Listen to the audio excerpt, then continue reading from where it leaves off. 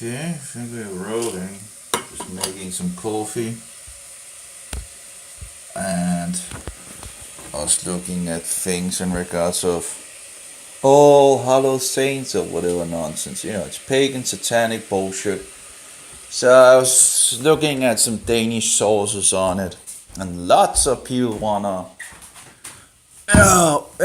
it just feels to me that if you're going to go to the state church, you will be taking into all of this bullshit, and so many people are not seeking the truth.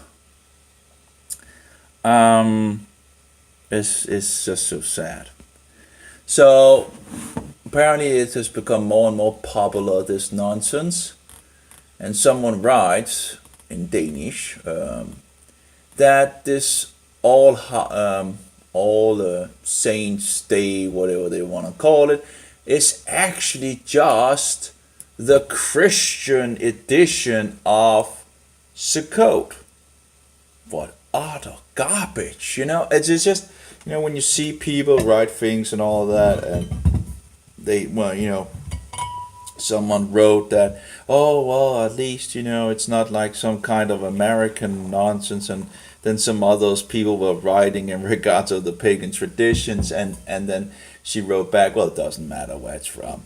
But it was very important at the beginning. Oh, it's not from America, at least it's not from America, and blah, blah, blah. Well, everything, all these pagan traditions ends up being mixed together, and, different places of sources and all that. Oh, why is it actually not showing up in regards of the, say, no data? I don't know. Should be running. Camera. Don't see anything on the live screen, although it must have been connected. So see if we can hear anything. Oh, there we go. Maybe it was because I didn't have it playing. I guess we can pause it again. So, it would be good with some coffee. But yeah, this is this disgusting state of people, and you just sit there, and it's like the truth the truth is getting absorbed by all these dark lies and deceptions, and like people are totally yippee yippee yay, in regards to this bullshit. But these arguments are just, and some say, well, in regards of being pagan, no worries, it's just all these. It's hard for me it's just hard to, that's just the state of the Danes, right? And if they further get more truth, they, like, for example, one of them, like, pointing out, oh, are you from Jehovah's Witnesses, right? Because Jehovah's Witnesses is not keeping those festivals, at least not official as far as I know. They might still be doing some gathering and all that in that time, but of course, so there's the same thing with the name Jehovah, right? When you use the name Jehovah, oh, you're from the Jehovah's Witnesses, they will say, right?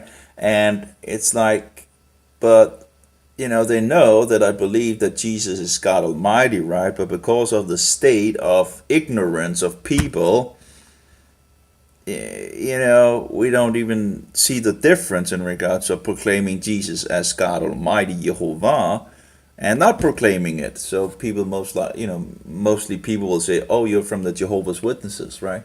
And then it's just, and it just continues. Just because you use the name of Jehovah, which is correct, that they have the correct name, we have Nehemiah, which is a Kara Jew who found 16 Jewish sources on the name of God being Jehovah, because he was told, because he's one of these educated people, right? He's, although a non-believer as far as I know, but he was told that this was a European invention in regard to the name Jehovah. So he's like, okay, I'm going to look in the Hebrew, Hebrew information or data points and all that. And he found 16 sources that was not European, okay? Then, of course, we have a Jew in Denmark who translated the whole Bible with two others. And he also put the name Jehovah, and that was before the Jehovah's Witnesses. I can't remember the exact dates and all that, but as far as I recall, he wrote that Bible, or wrote these three actually books. Well, it's multiple books because there's a lot of extra things as well. So totally in three books, but the Bible with some of the apocryphas as well. And he wrote the name of God in that version. He's named Kalga, Christian Kalga. I think he took upon himself the name of Christian. Some Jews do that when they become Christian, but I'm not entirely sure how and on that information. But I think it was Christian Kalga he was called. Anyway, Kalga anyway. But so Kalga also used the name of Jehovah, although he didn't put the H in it, so he used the more Danish version where you take the H out, but of course the name of Jehovah is with an H at the end. It's Yod He Vav He, so you have a He at the end. And of course, I think that should be. And I also write it with an H. What is it called? H. Hey. Yeah. H. Yeah. Well, whatever. It's a little hard to say. At the end, and I don't think the Jehovah's Witnesses in Denmark do that. So, but anyway, Kalga did the same thing. He was a Christian Jew who became a Christian. And then used his life for example, translating the Bible in a new version with the name of God. We have another Jew, which name eludes me. He was a scholar.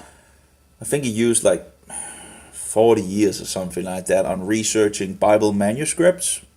Now, let's see here if I can gather the name in my brain. I'm trying to gather the name and get it out from my brain. I know the name, but it's not always. I can't grab the information apparently at the moment. No. He was also named something with Christian. Is it Christian Hislop? No, Hislop is another. No, that's not. I'm mixing things up here. No, Hislop was in regard to the two Babylons. I don't think he was a Jew, but Christian what? I can't remember. But anyway, I looked into his information as well. He was a Jew, and that was a Jew that became a believer in Jesus because he saw that in Hebrew manuscripts, some of the places they had changed the name of Jehovah into something else. So he was, I think one of the main things he was researching was the Hebrew manuscripts. He also made his own Hebrew Bible. And he was overlooking the differences in the manuscripts. And of course, as far as I recall, there was no computing and all that in that time. So he would need to, find the manuscripts and all that. What's that called? What was his name? In any case, whatever. I found his, all his data points and all that. And the book, the specific book in regards of the name, and I found the name where he has the data on things. And I had the information in other books, right? But I was told that information didn't exist and blah, blah, blah, blah, blah. From another one that, said that he had the book and it wasn't in the book at that, Yeah. Well, at that point, I had been looking for it in PDF mode a couple of times, and all of a sudden at that point, it had been released on the internet. So I could get it. So after he told, was trying to tell me that it didn't exist and it wasn't this and that and all that in regards, I found, I could download his books, and getting the specific book I needed, I looked at the specific place, both page number, and there was two informations in regards to either page number or in regards of where it was, in regards of numbering or something like that. Well, it was exactly where it, both informations were, spot on. And he indeed used the name Jehovah as well. So, but it's just like, you gotta be kidding me. Here someone talks about that this is a Catholic tradition and doesn't have a foundation in the Bible. And then another guy says in response that this has biblical foundation. It is the Christian edition of Sukkot. Well, he's calling the festival of, what's it best called in Danish? And I'm like, are you kidding me? Are you kidding me? A Christian, what is this bullshit that people say? Have they seen the difference in these two things? The one is in regards of death and darkness and sorrow and whatnot and all that, right? That's the bullshit that most Danish people are keeping, and a lot of people are just, they're in there and they just, just incredible. It feels like you submerge yourself into darkness when you look at this, and it's just, there's so much of this darkness. So that's, so that's one, right? That's, in regards to this Halloween festival or All Saints Night or whatever they want to call it. It's in regards to death and darkness, and they light candles and all that nonsense. It's the total opposite of the festival of Sukkot. The festival of Sukkot is a celebration festival of Jehovah, in regards of having more than usual as well. As far as I recall, you save up for this festival because this is a festival of abundance, and a festival to be happy and a celebration and all that. And this guy wanna say that this other thing is that, and that's the bullshit as well of it, because Sukkot is a Christian festival. It's this deceptive thing that the festivals found in the Bible, these are not Christians. What bullshit? The Christian festivals is in the Bible. That's in the first 5 books of Moses. Oh, but that's Judaizing. Oh, give me a break. It's the festivals of Jehovah. It's the festival of the gods of the Bible that they told us to keep. Father, Son, and Holy Spirit, okay? They told us to keep these festivals. So it's just disgusting to see the willingness of bullshitting around, and we even you can even find people that tell just out in the open that they are lying to their children about things. It's like, hello, and not even finding an error with lying to your children. It's just it's just disgusting.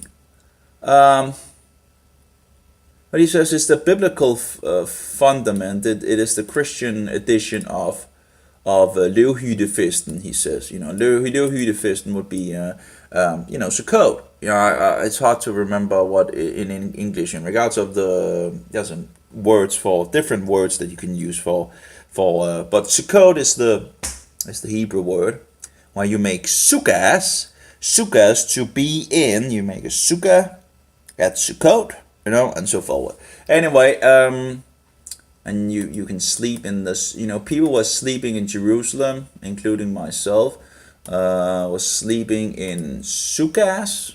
Some of the days I slept in sukkahs. I can't remember how many, but a good amount of the days I was sleeping in a sukkah. down at, and a lot of other people were sleeping in sukas as well. So there was some places where I think it must have been the state or something like that that made these sukas, free sukas to come by and you know and be in or sleep in or whatever. Um, so here it's like, how can you compare these? And of course I'm in Facebook jail, and this is on Facebook, so I can't even write to people. I had another guy that wrote to one of my older posts, and I can't really write back to him in regards of my post on the on the state church, which is like I wrote in regards of state church because Satan is, well, what do you call it in English? Ecumenical, or that's not the right word I used in Danish, but how do I translate that to Danish? Oh, sorry, English. Yeah, translated. I was just trying to find a new, what do you call it, a word for the church, state church, in regards of that state of being. Let's see here, Danish, English. And then he says, well, he thought that the church was teaching pretty good, and I've asked him in regards of, when did it last teach on Antichrist, So, well, it's translated into multiple, and that's not a good word either, I think, but the state church, because Satan is leading the broad way of destruction, and it doesn't really work out in regards of English. Must be a better way to be man. There must be a synonym in English for this multiple, broad, because Satan is broad. Maybe a synonym. I can't believe that it is the, okay, let's see, quite a few, multitudinous, because Satan is multitudinous, maybe that's, or maybe Satan is countless or innumerable, manifold maybe. Now the state church, because Satan is manifold, and of course pointed to the state church itself because it has become ecumenical and broad. It's just state church because liars also need their salary. State church for what should Satan do without us? That was three things. And he wrote back, he thought it was a fine thing that what the church was doing and all that. Yeah. So have you ever heard about it preaching about Antichrist? Yeah, it would be nice to see if it actually talked about Antichrist at some point. Oh, here we have in regards of paganism again. 5 years ago when I was researching that. Did I lose the? I think I lost the link for the typical.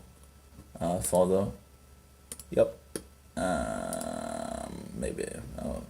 Okay, we'll see if we can find it again. There we go. Folkekirken must be. No, that's only 64 members, so that can't be it, I think. Where's the. Oh, here we go. That's the official.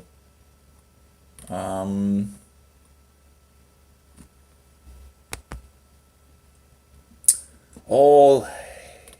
What do you call it? All Saints Day, blah, blah, blah, blah. Okay, is this the one? No, there's actually one more, it seems. This was not the topic that. Well, I guess it actually was an advertising for it as well. Yeah, I think it actually was an advertising for it. But of course now I can't find it because apparently I went backward and then forward and backward, and apparently it doesn't save the. So that was an advertising. I think from the state church, from the.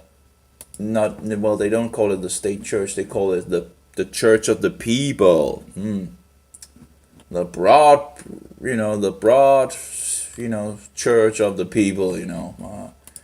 They're just taking everything inside. Yoga and pagan nonsense, and they marry homosexuals, marry so-called marry. I can't believe that a priest could be so that, and someone that should have been educated could be so blasted in the brain, so they think it's okay to marry two men and or two women. It's just absolutely an abomination. But that's the state of the Danish state church. It's just incredible. Clearly we have Satanists that has taken over, and of course we know that there are Satanists in the church. We have confirmation, totally solid confirmation that there are Satanists in the church. We have Freemasons. According to an article, every 13 priest is a Freemason. And of course, that's only what we know. That was an article from 2002 or 3. I don't know if the Danish Freemasons still have that information open. I know that in Norway, apparently, they began to hide the information in regards to what priesters actually were satanic Freemasons. How can you be a priester if you are in a, you have a Satanist standing behind the pulpit preaching to the flock. The very moment you find out someone is a Freemason, you either kick him out, or you tell him to either repent and stop the Freemason nonsense, or he gets out. Throw him out, kick him out. Why would you have a clear stinking Satanist to be the messenger of God and preaching? You think that would maybe not be so good preaching if you actually have a Satanist, at the podium speaking to the people, Why wouldn't you have a Christian standing in the pulpit to speak? A Protestant! Someone that actually know what Protestantism is. Who knows who the Antichrist is instead of all this bullshit? I haven't seen one single priester in Denmark talk about the Antichrist, who he correctly is. Not a single, there's... The Danish people are totally oblivious to who the Antichrist is. And they should be told who it was in regards of from the priestess.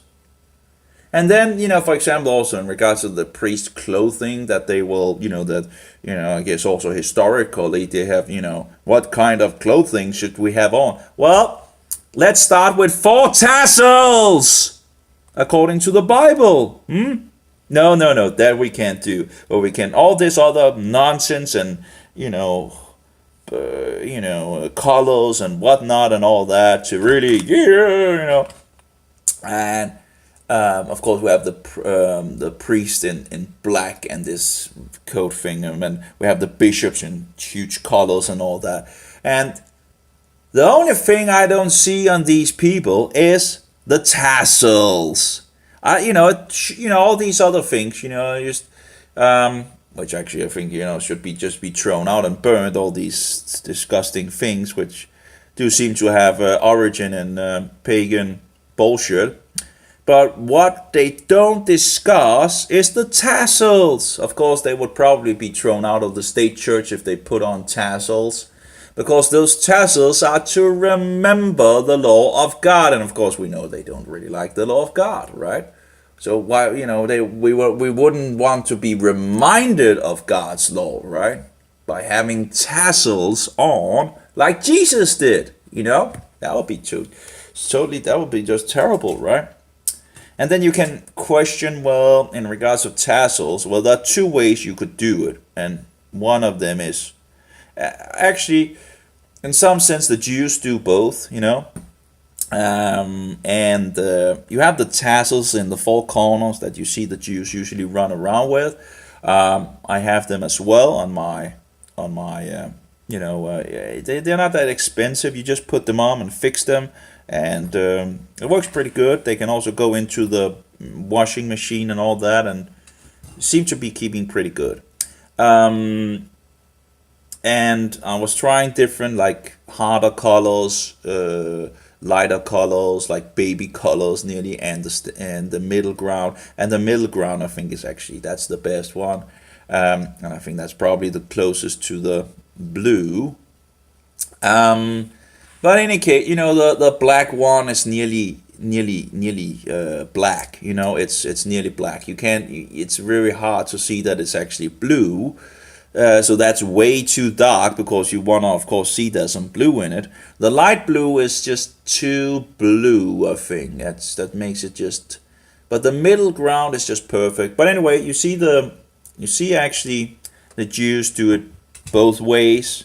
So whether it's one way or the other, you have pretty much both ways in regards of. I also have I've also tried both things where you have fringes all over in regards of the corners, the four corners. Like this would be, I think would be a corner in that consideration. So you have 1, 2, 3, and you have 4 in regards of. So that would be 4 corners. So. And then you can make a blue line and all that. That's one way. Then the other way is in regards of these tzitzi sitting in the, for example, around where you usually have your belt. I put, that these strops things, and I just put them in the strops in the 4 corners. And this, of course, is to remember the law of God. That's the whole point. So what should Christian, when Christians are saying, well, we should have something so we can recognize each other. Yeah, it's written in the Bible. Just, tzitzi, if I see a tzitzi on someone, they're either a Jew or maybe a Christian believer that understands that the law of God is not abolished, right? Either case, it's someone I probably would like to talk to maybe, or at least have some kind of, and already know that, oh, great, So have a specific, where we could probably talk about some things, right? But that's apparently too Jewish, right? Yeah, if it's if it's Jewish, we don't like it. It's like the Romanizers, right?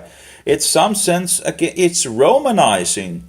We don't want to do anything Jewish. Well, Jewishness, Jesus was a Jew. Jesus is the one we need to follow after, right? Not the Antichrist. Jesus had tzitzi, the woman took his corner, right? And was healed. Yeah. She took hold on the tassel and was healed. The tassel that represents the law of God. That when we see the tassel or the tzitzi, then we recall the law of God. So I don't know why we wouldn't, oh, it's too Jewish. Yeah, but our master is a Jew, he's the long-lasting, he's the everlasting Jew, Keith Green says he's the oldest Jew that has ever lived. So, yeah, anyway. So here we have all this in regards of death, people that have been died, and it's also tied together with Roman Catholic nonsense of purgatory and going directly to heaven if you are a saint and all that nonsense. And yeah, it's Jesus is coming back to raise us up, okay? If we're already with him in heaven, why is he coming back to raise us up? Anyway, so this, of course, further just ties things together with the Roman Catholic maniac institution. And I guess it's not really surprised to see that people love these things, right? Because when they observe, what do you call it? When they get more demons, of course, they want to do demonic things, They want to push forward festivals of the devil and run away from those written in the Bible. It's kind of like seeing Roman Catholics, maybe not totally in, but they are in that direction of these festivals and all this nonsense and how they try to it's all these excuses in regards of it's disgusting, And then, having someone say, well, it's just Sukkot. It's like the Christian festival of Sukkot. Are you kidding me? Are you totally, these arguments are just totally just, oh my, out there, Are you kidding me? You want to say that a festival linked to Halloween and all the death and nonsense and all that, is something that should be equivalated to the festival of Sukkot, which is like a party, a great party with abundance and celebration and happiness, and representing the 1,000-year realm, and probably also the time when Jesus was actually born around 2,000 years ago. If you calculate from the Bible, that seems to be the best suggestion, that he was born at Sukkot. An 8-day festival of celebration. Well, 7 days, and then you have the last great day. If that would be the case, if he was born on the first day of Sukkot, well, then he would be circumcised at the last great day. Now, I'm not sure we can confirm that totally 100%, but if you calculate things and all that, that's a good suggestion that might be the case. And we see in regards of Sabbats and the festivals, God are working in regards of these things. He's not working according to pagan festivals and all that nonsense. He's working according to his timeline and his way of doing things. And if we are not going to, go, connect to how he does things, well, too bad for us, because we will lose a lot of information. God will still do it his way. So if we want to be, having some wisdom and some understanding, we need to connect to him and not the other way around. He doesn't need to connect to all this pagan bullshit. We need to connect to him, And yeah. Oh, I see all these. But is this actually? No, I guess this is probably some other more things in regards of more people that just. I don't think it's from the advertising. So again, you can see the state church promoting. Where was the Sukkot thing? Did we see any promotion of Sukkot in Denmark? No. Did we see any promotion of the Day of Trumpet and the Day of Atonement? Nope. Did we see anything in the shops in regards of it? Nope. Did we see the state church bullshit thing, organization promote the... No. So, but all the pagan things, right? Halloween, Christmas, the shops are full with Christmas stuff now already. Beer, alcohol, candy, whatnot, all these counting to 24 and 25 and all that. And everybody's just happy, let's go, right? Yeah. Celebrating the festival of the Antichrist. Yeah. The world loves lies and darkness. And the surprising thing is not that the world loves this, right? The surprise is that proclaimed Christians are, some of those proclaimed Christians are the very ones promoting things and defending things, and just we can't keep the Christian festivals, huh? And you have all these light and candles and this and that, and it's disgusting. All these traditions of death. You also have these was the South America in regards to this time and all this death and death and death. And of course, if you know your Bible, right, you know that those who does not love the truth love death. I can't remember the quote exactly, but that's at least one where it talks about, everyone that doesn't love, loves death. And yeah, they do. They love death. and I guess I can also relate to that in regards to the new age and all that, wanting to doing things that I couldn't see myself wanting to do today, in regards to death things and all that. But anyway, let's see here. Everybody who hates truth, love death, something of that nature. Let's see here. Proverbs: all who hate me love death. Let's see here. But those who fail to find me harm themselves. All who hate me love death. That's the New International. The King James Version: all they that hate death, or hate me, sorry, love death. All those who hate me love death. Yep. Anyway, and that seems to be, people that do not love the truth end up with all this dark, filthy nonsense. And it's so we see again on this, state church in regards of promoting.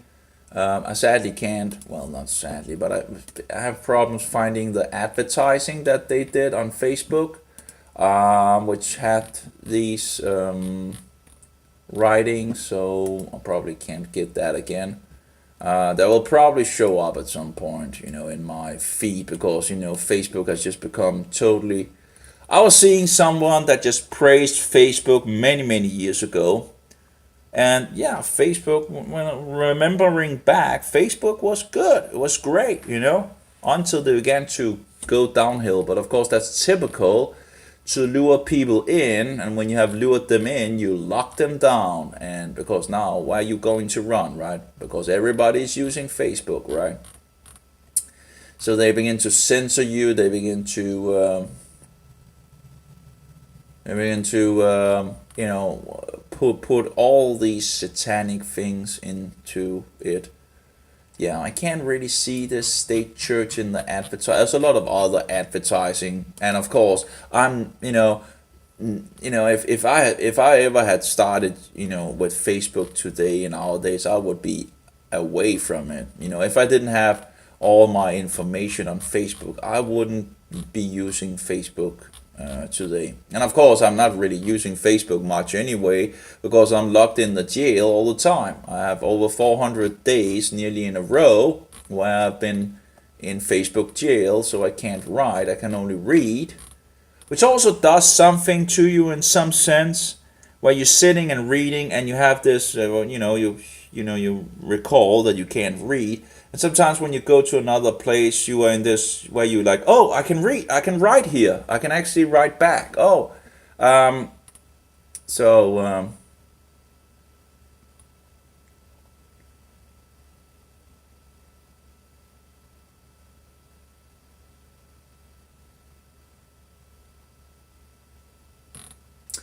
let's see here. I don't see I can find it.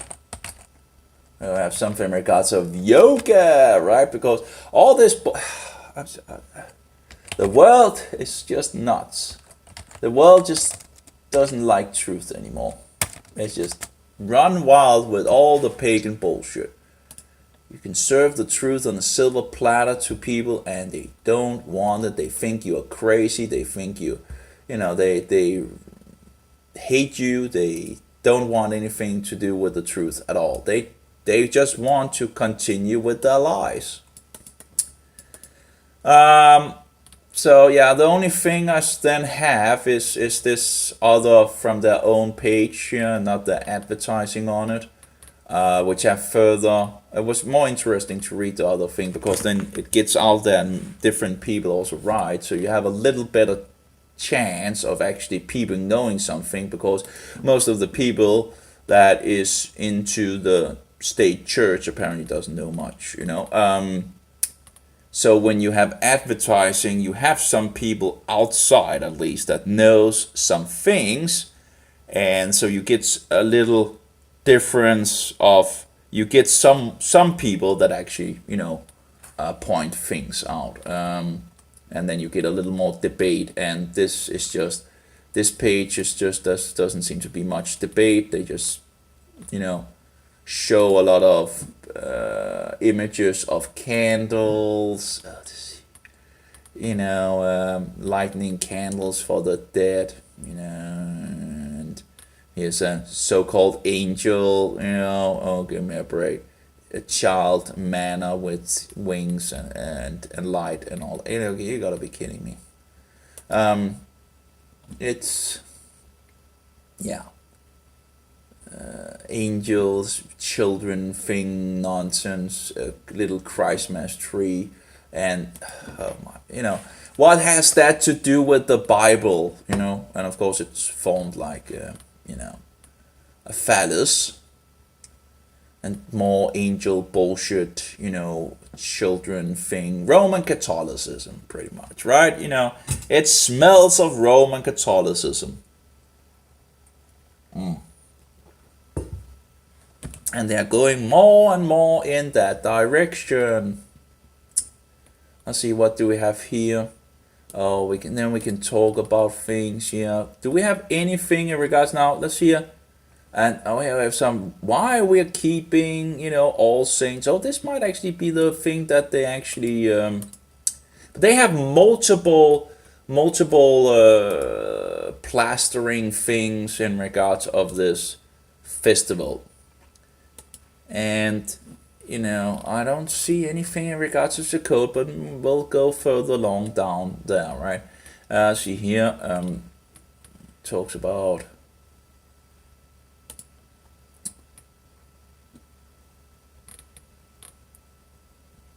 what do you see people that going on Sunday? Oh, the venerated day of the sun god, Sol Invictus.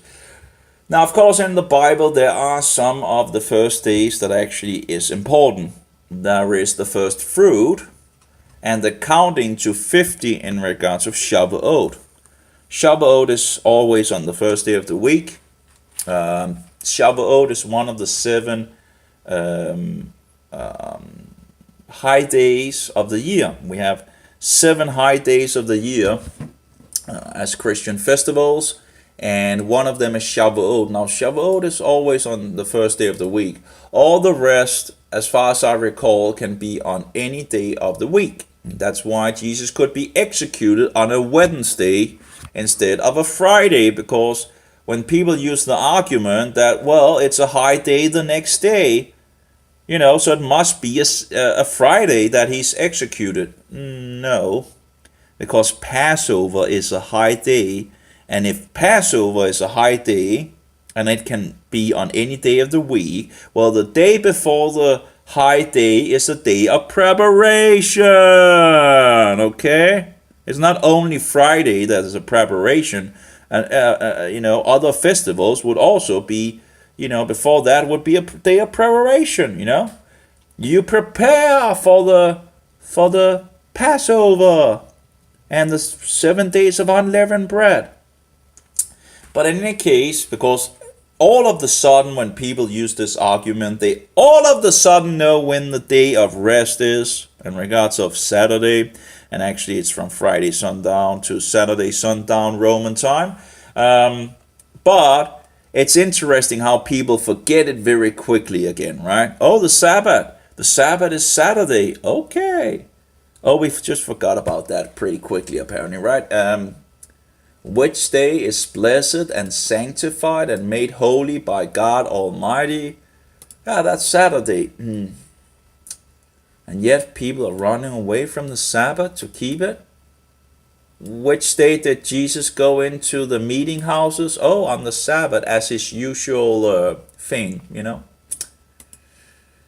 Oh, but you want to go on Sunday, the venerated day of the sun god Sol Invictus. The pagans love Sunday, I'm not saying that there isn't some days in regards of, biblical things on the first day of the week.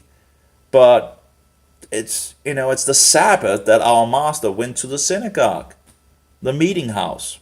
That synagogue is just another name for meeting house, So just because it says synagogue of Satan doesn't mean it's in regards to the Jews, It just means the meeting houses of Satan. The Roman Catholics love to point to the Jews as those, they killed Jesus. Yeah, and how many times have you done it? And I'm not talking about your blasphemous, disgusting, filthy mass. I'm talking about killing real Christians, because what you have done to one of these, my least, you have done to me. So how many times did you kill Christ? Over and over and over again. We have one of these churches, and they go on light candles and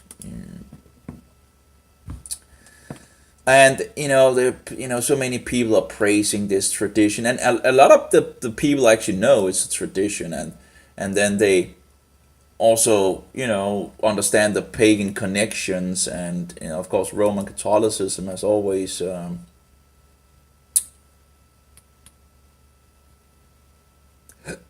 and there we go with Sunday again. Sunday, Sunday, Sunday, right? We had one priest in Denmark, as far as I know, have the information somewhere, that found out, in regard to the Sabbath, so he began to get the congregation together on the Sabbath, right? So what did the state church do? You would think, he's actually keeping, they should look at him, right, and say, why he's doing that, right? Wait, let's check scripture, right? Oh, he's actually keeping the true Sabbath. Let's follow along with him. He's doing something that is biblical, No, that of course didn't happen. They kicked him out. He was fired for doing something biblical. It's just disgusting, isn't it? It's just madhouse, If you do something right as a priester, you get kicked out. You get fired. It just doesn't make any sense at all. Absolutely, there's someone controlling things behind the scenes that clearly is not for the truth. There's someone saying they just forget to say that it's an old pagan tradition like Christmas or Yule.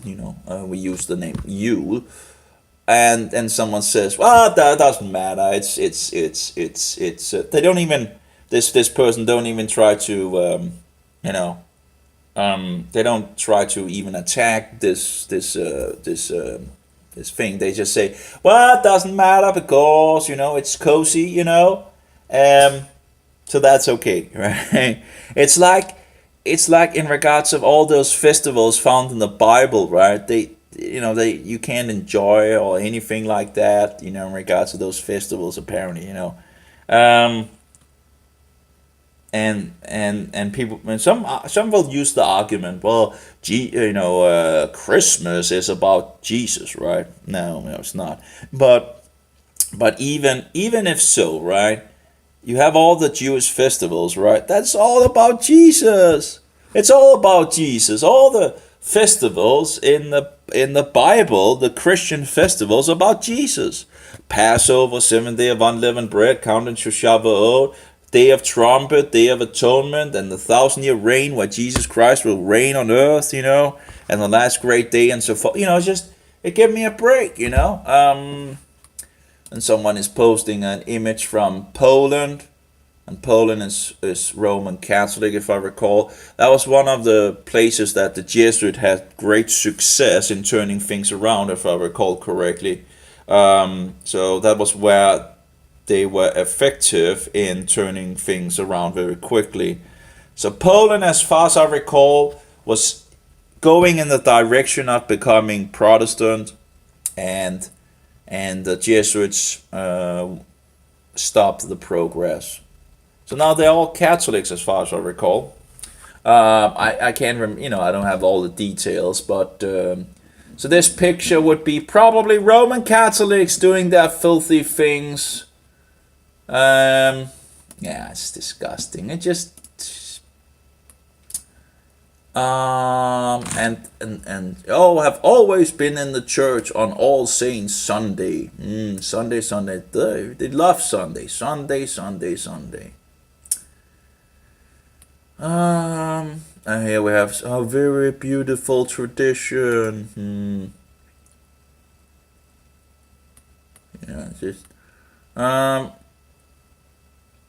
Someone actually have some understanding that we don't do that. We don't keep Halloween either.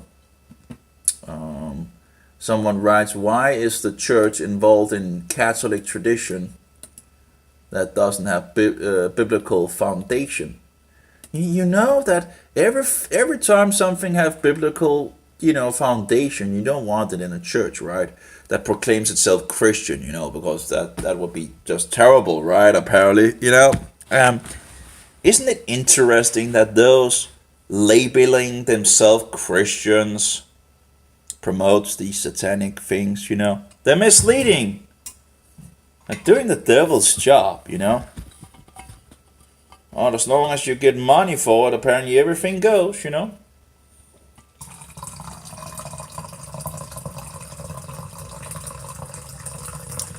Let's get some more coffee.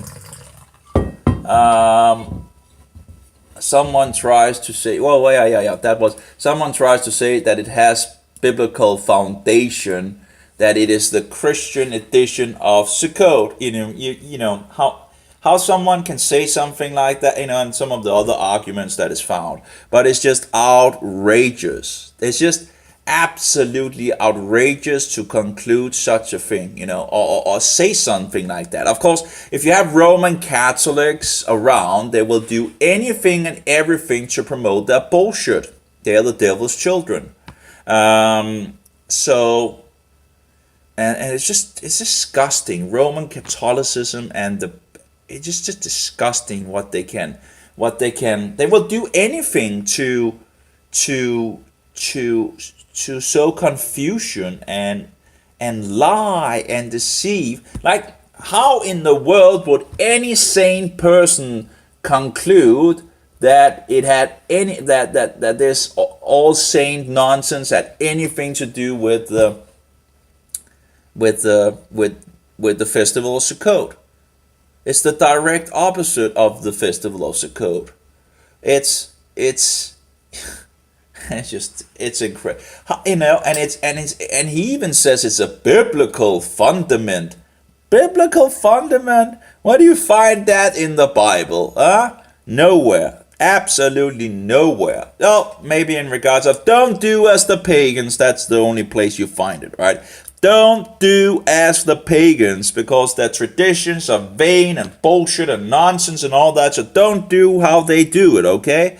You just listen to me and do what I say and quit all the other rest of the bullshit, right? Throw it out. Don't even try to seek out how they worship their gods, right? Do what I say. Don't do what they do, okay? Do what I say and tell you to do, okay? Keep away from all the pagan bullshit, and listen to me, right? In regards of God, in regards of God is telling the Israelites, that's, yeah.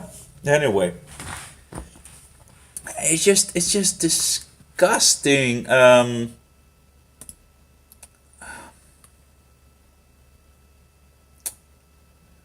And then someone talks about in regards to the pagan roots and all that. So we have some people talk about the pagan roots, the Roman Catholic roots, and in regards of, yeah. And then you have all these snake oil bullshitters coming with bullshit arguments. And it's just interesting. Oh, at least it's not stemming from the U.S. and all that. And then someone pointing out in regards to the pagan roots of some of these other sources. I don't think it's like once. People want to try to pinpoint this festival at one place, but you have it all over the world. You have traditions of this filth all over the world. So it's just pagan bullshit. Mixing each other. And again, you can see those South America in regards of all that. Oh, it's just the festival of the dead, and they clothe themselves out like, it's just the same. You just have some variations. It's disgusting. Why would you ever do it? Why would you even keep this thing alive? If you're a Christian, why would you? And where's the festival of Sukkot? So of course, people who would be reading this would actually get a hit, if they're seeking truth, right? And they would maybe not know much, right? They would still hit into Sukkot because he's the word Sukkot, right? And over time, a person that seeks truth would begin to maybe figure things out, right? You can either go one way or the other way. When you begin to search, and in truthful are searching the truth, right? You can even use some information that might be false, but where there's some truth in it, to go in the right direction. So even Roman agents that is out there to try to deceive, yet they might still use truth to, get credits, so they, can keep the wolves in sheep clothing thing going, right? And you can still use them to get out of things if you're going in that direction. Of course, you might also go in the other direction. When I came out of the New Age, Satan's big candy store, I think there would have been some of the people I would have issues with today, but they still had a lot of information that helped me to get out of they had a lot of true information about the occult, and but on other biblical doctrine in regards to refining things, some of these people are clearly promoting things that are not true, and seem to maybe be Roman agents. But I still used, and in regards to the research, to further go in the direction of truth, because there was still a lot of truth. The same with the SDA. I learned a lot as well from the SDA by, they have these, but there's still a lot of things that are wrong in regards to the SDA. But and of course it's kind of hard, because when you become a Christian and you see all these different things, right? And you don't know what is true, and you need to go by the Bible. You need to go back to the Bible and actually check, and of course also Christian history from the first century, and trying to gather what is going on in regards to the devil's deception, and understand the prophecies of Jesus Christ, the parallels, and whatever it's called. And you begin to pick up more and more pieces, and you figure out things, and you become more discerning as it goes. But yeah, it takes time for sure. It takes a lot of time, because the devil has been very, he's very, he's doing a lot of, he has been working a lot on deceiving, and there seems to be more deception in the Christian label in some sense than in the New Age. You're already deceived in the New Age, of course, but it just the deceptions under the Christian label just seems to be more slick and deceptive. They're just on another level, because when you begin to find out that the New Age, or the broad way to destruction, or the great candy store of Satan with many different flavors, when you find out that that's no go, it's kind of obvious. It's easy to discern that something is wrong, or at least a lot easier to discern, because they usually also reject Jesus Christ. And if it's not because they're rejecting Jesus Christ, they have fake versions of Jesus. So if you know the true version from the Bible, well, you can throw all that bullshit away, right? When you get into where people label themselves as Christians, and then it becomes a little more slick, a lot more slick. And you have to find out who is actually, and then again, some people might actually have be very strong in one subject and yet fail in another subject. And sometimes it can be hard to figure out if someone is just a Roman agent or if someone is just mistakenly, we all make mistakes, right? We can't have everything correct. Of course, we should seek to be as correct as possible, right? But we can make mistakes. We don't, we're disciples, we're learning as things goes. But then, of course, we know that there are Roman agents out there that tries to mislead us. So sometimes it can be, hard to figure out if this guy is just wrong or if he's purposely wrong. If it's just a mistake and and just or if he's purposely being wrong to sow confusion. Of course, it can help to look into where people are educated as well.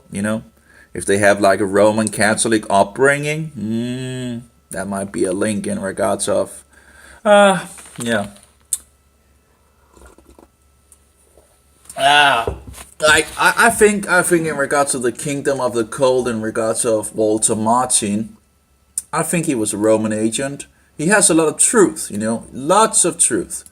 But I do believe that he was a Roman agent. As far as I recall, he was also educated at Roman Catholic institutions, or at least one. I can't remember all the details, but I think that was something in regards of Roman Catholicism. I think he was a Roman agent. I could, of course, be wrong, but that's too many things that you find that seems to be. But then there are others where and it's still, you can still learn a lot, from him. You still have a lot of things that is true, but one have to be careful. And other people that I've learned a lot from coming out of the New Age and all that, and further becoming, and seeing that they are, saying that they are Baptist, right? And a Baptist should be a Protestant, right? And a Protestant should know who the Antichrist is, right? Shouldn't they? You would think so, right? And then say, well, I don't believe that the papacy is the Antichrist. I believe that he's the false prophet. And I'm like, what? That's kind of curious. And I had another guy also standing for a lot of truth and all that. And then he says, all of the sudden under these things, he says, okay, I'm going to get a lot of heat for this, but I do not believe that the papacy is the Antichrist. I believe it's the false prophet. And it's like, what? What are you talking about? What is this nonsense, And it's just, thing like that. It's kind of, you have people standing in teaching positions, right? To be messengers to lead the people in the right direction, right? And then they put this in that they don't even believe that the papacy is the Antichrist. Well, if you are Baptist, as far as I know, you should be a Protestant, right? And if you're a Protestant, you should know who the Antichrist is. And if you can't even proclaim who the Antichrist is, something smells. The other guy as well, I think he would also be a Baptist, I'm not sure, but and saying, well, he doesn't believe that it's the Antichrist, and it's just things like that that just, what is going on here? Something seems to be, it's just, why, how can a solid foundation like that, how can someone that is in a position of being, looked to by others, how can someone make a great error like that? That's foundational doctrine. The two most important doctrines is that Jesus is God Almighty Jehovah, that he died for the sins of the world once and for all, and he rose from the grave, right? And the second, that the papacy is the Antichrist. That's the two most important things to know. Why? Well, because when you know who Jesus Christ is, of course, the devil can't deceive you with all the fake versions. But there's a crafty, diabolical deception that claims to be Christian, yet are following the Antichrist, and thereby the devil. And if you do not know that, you won't see it. If you don't heed the warnings that has been given on so many levels, you might become a Roman Catholic. You might be sucked into this system and begin to worship the devil in Christian clothing, So that's why, you saw what happened when Protestants do not know who the Antichrist is anymore. They will join up with Roman Catholicism like the Germans did. A lot of so-called Protestant Germans ended up in the bed of the wicked whore of Rome by joining Roman Catholicism in regards of Nazism. That's the danger of Protestants and Christians not knowing who the Antichrist is. It's kind of somewhat important thing, because all of a sudden we're just, butchering people. I was in Yad Vashem in Jerusalem, or a little outside, I guess, from Jerusalem. The tram goes directly to the place. It's the last stop on the tram, or at least it was years ago. I still think it's the last stop in one direction of the tram. And you can go to Yad Vashem. It's free, although if you want to have voice and all that, I think it's like 11 or 12 hours of voice. But I was there 3 times. I used a lot of time at the place. But the thing is, in the beginning, they give the fault for Nazism and the persecution of the Jews to the Roman Catholics and the Protestants. And I'm like, why are they faulting the Protestants? But I figured it out, The thing is, the Protestants were not Protestants, and when Protestants are not Protestants anymore, they will join up and link up with Roman Catholicism. There was a church in regards to the Bekennenden Kirche that was, wait. If we join up with the state church, wasn't there something about that the Pope being the Antichrist, And they protested in some sense, but as far as I can see, they also sadly fell in some sense. But they made a document.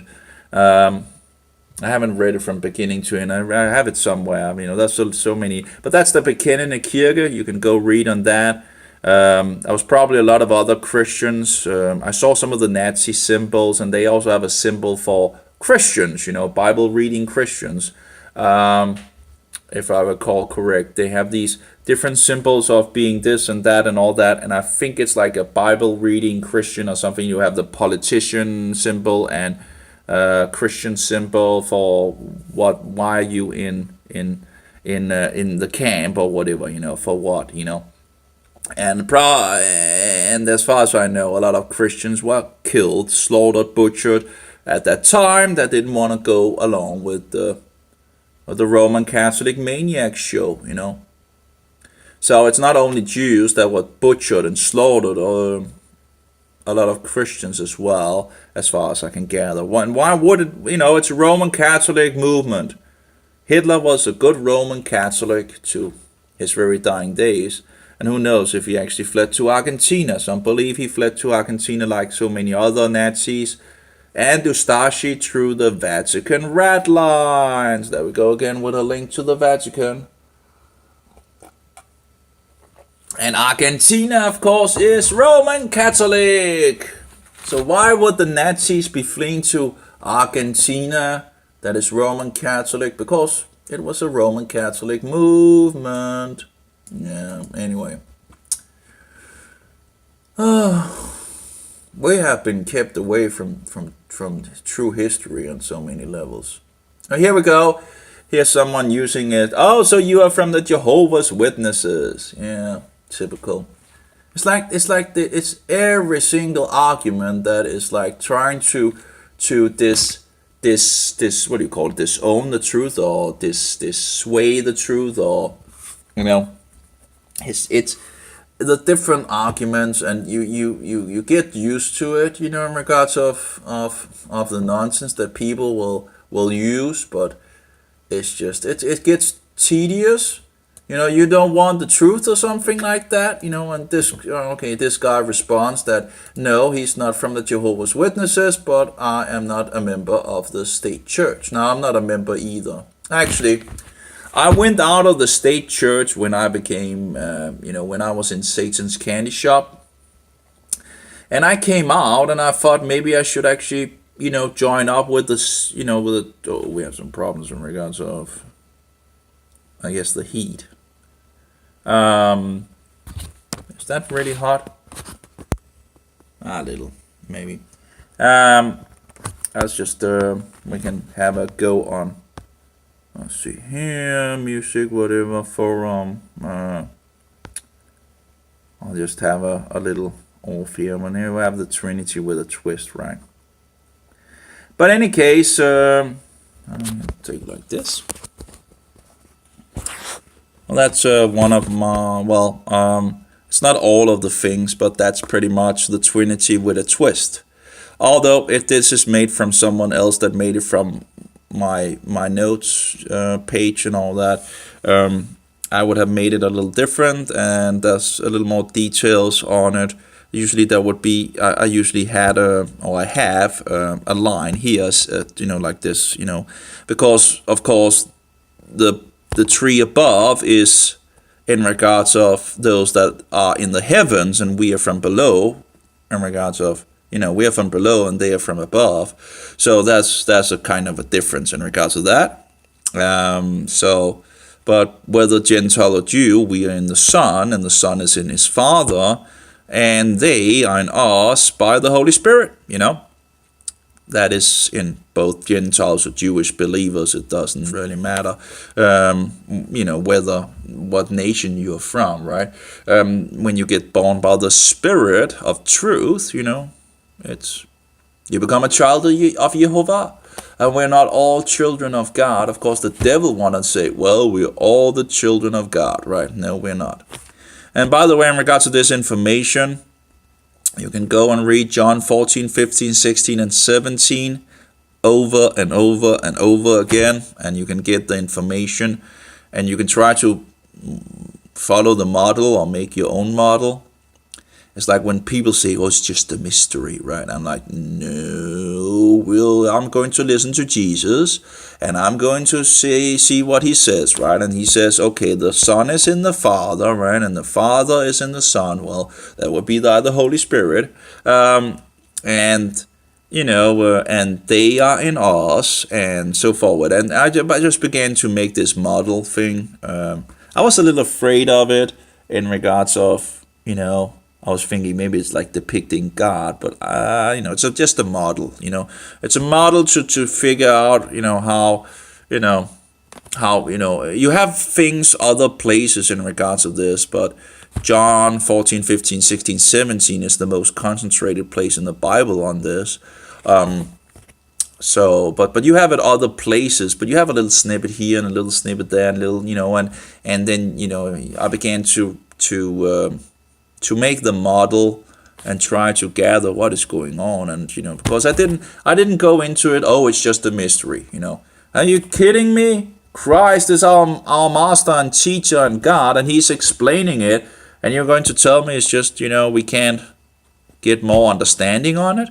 That we just should give up in some sense? No, absolutely not. So yeah, that's the model. Well, that could be, I should make my own version, but it's pretty good. It's not bad. It's he made it pretty good. The guy that made it, it does its work. I could also put just one of my own notes into it, but of course, in regards of the authority, I would have liked to have the Father here, the Son a little up, and the Holy Spirit a little down, just to also to have the authority thing in regards of the Trinity, where it goes from the Father to the Son to the Holy Spirit to the children of God, in regards of information, right? The Son gets it from his Father, because whatever his Father has is the Son's, and whatever the Son has is the Father's. So the Son gets it from his Father, and through the Holy Spirit we are, he is, the Spirit, he is giving it to us. So the Holy Spirit, he's the one that was to take the place of Christ. Well, not in regards of taking his place, but in regards of leading us. What is it called in English? Like the stinking poop says, he's like the vicar of Christ, and really the vicar of Christ is really the Holy Spirit. Vicar of Christ means something. The vicar of Christ. Let's see in Danish or something. In the English. Oh yeah. The one that comes in regards to that. The one Jesus sends is the Holy Spirit. Jesus says, or Yeshua says, that he's not going to leave us, without anyone to her and that's the Holy Spirit. He will send the Holy Spirit, from his Father, and he did, and he has, the Holy Spirit, he is guiding us into all truth, and he is in the children, and we are in the Son and the Father, and in English, So you have all these things, so the vicar of Christ is not the great stinking poop in Rome. The vicar of Christ, if you want to use that term, is the Holy Spirit. And he's witnessing in regards of the only way to the Father by the Son, So so you have this thing, Anyway.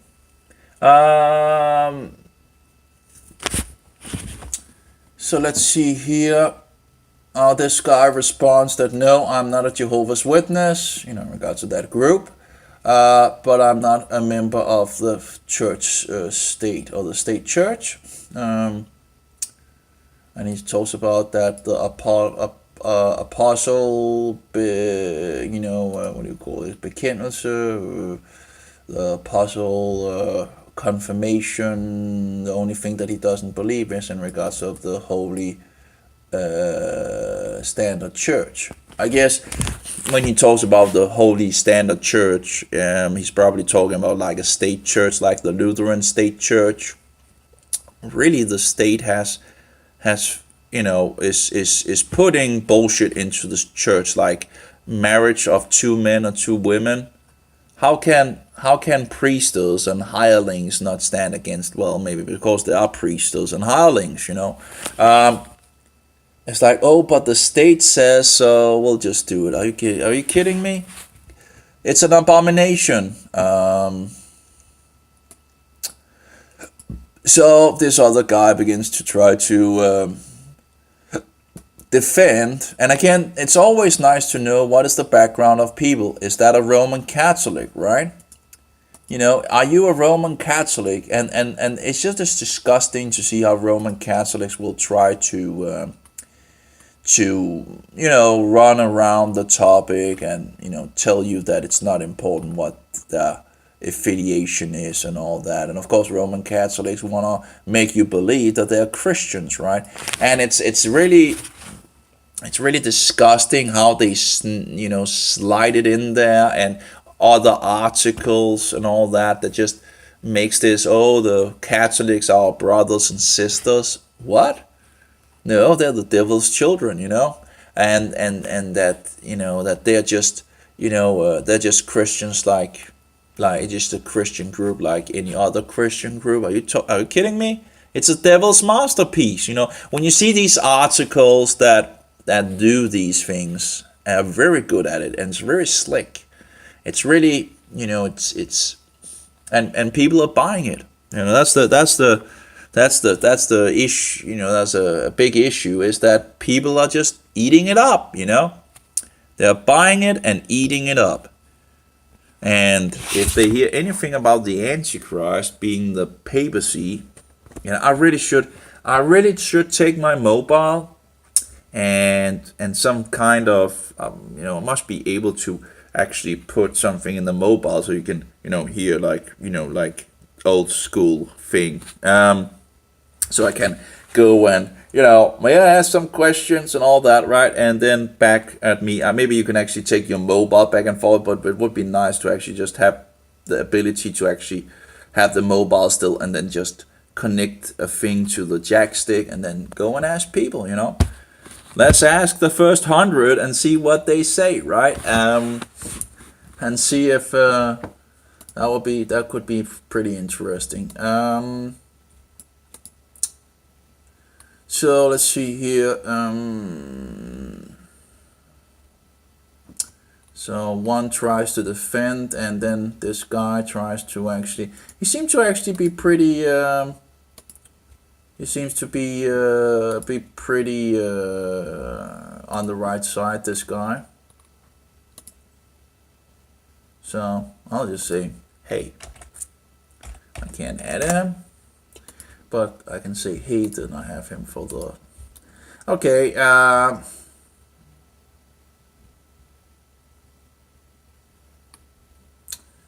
Let's see what's more. And it's like, oh, it's a wonderful tradition. You hear that a lot in regards to the tradition. It's a tradition, okay? They even say it's a tradition, right? And it's like, people are like a tradition. Oh, and it's a very beautiful tradition. Are you kidding me? I want to puke in the bucket looking at this tradition of death, It's disgusting. I think it's absolutely disgusting. All those things that are going on in regards of all, and all those people that have been murdered. It's disgusting.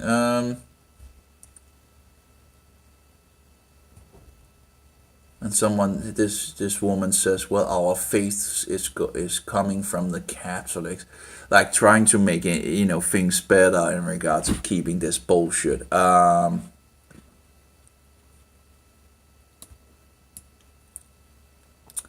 This guy says that actually in regards to the Christian faith is older than the Catholic Church. And I would actually agree with that, because the first papists came afterwards to sow the tares, as Christ told us. But of course, if I point out who I believe the first papist is, then I will have problems with a lot of Christians. But that's Paulus. Paulus the First. Does he have a lot of truth? Yeah. Does he have a lot of leaven? Yup. And that's a problem. Because two gospels went out in the first century, one in regards of Jesus Christ leading to law obedience, and the other in the name of Christ leading to lawlessness. And then ask yourself which one is the correct one. We see the conflict between the Romanizers and the Judaizers. Oh yeah, someone actually says it's a Catholic tradition that Luther, threw out. Oh, and of course we have seen other Catholic things that have infiltrated the churches again. So that would actually be interesting if Luther actually also threw it out.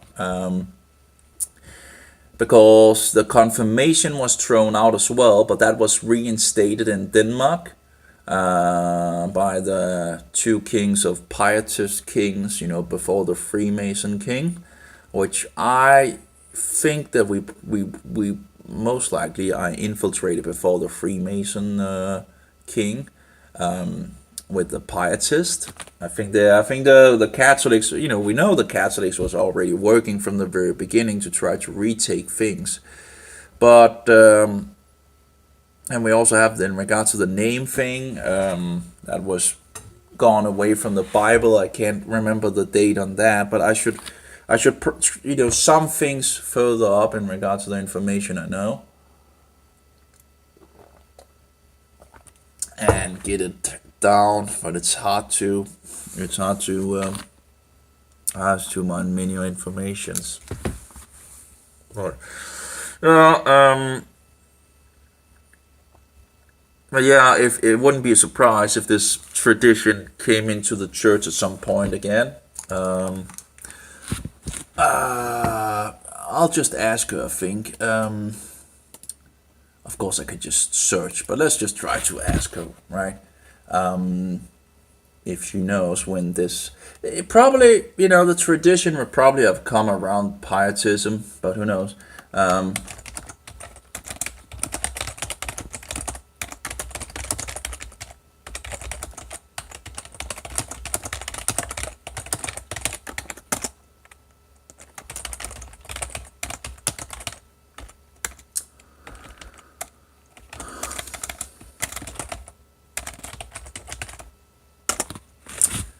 Okay.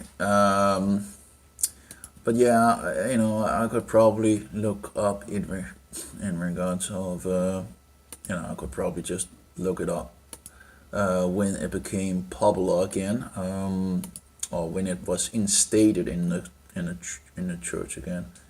But yeah, we've seen other Roman Catholic things begin to go into Denmark again, and things that are depraved, where the state has been forcing people to do unbiblical things.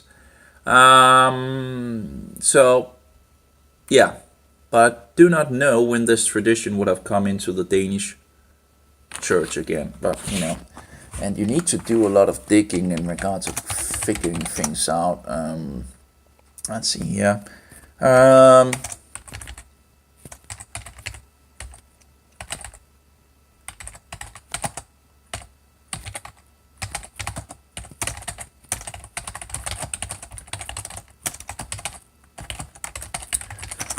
It wouldn't be a surprise if it had been thrown out at the protest in regards of 500 years ago, and then at some point again injected into Danish.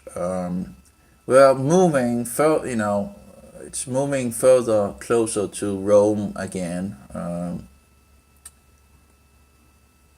But in regards to the year, in regards of getting it back, getting it back into the nation. I'm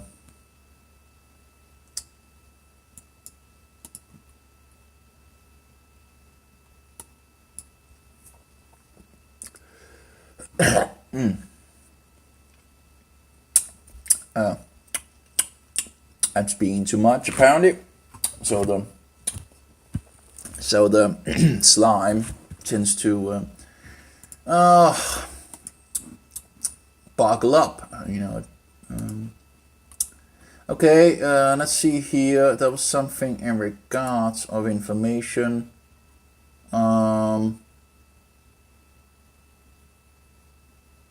This source says that we have celebrated it since we became Catholics. So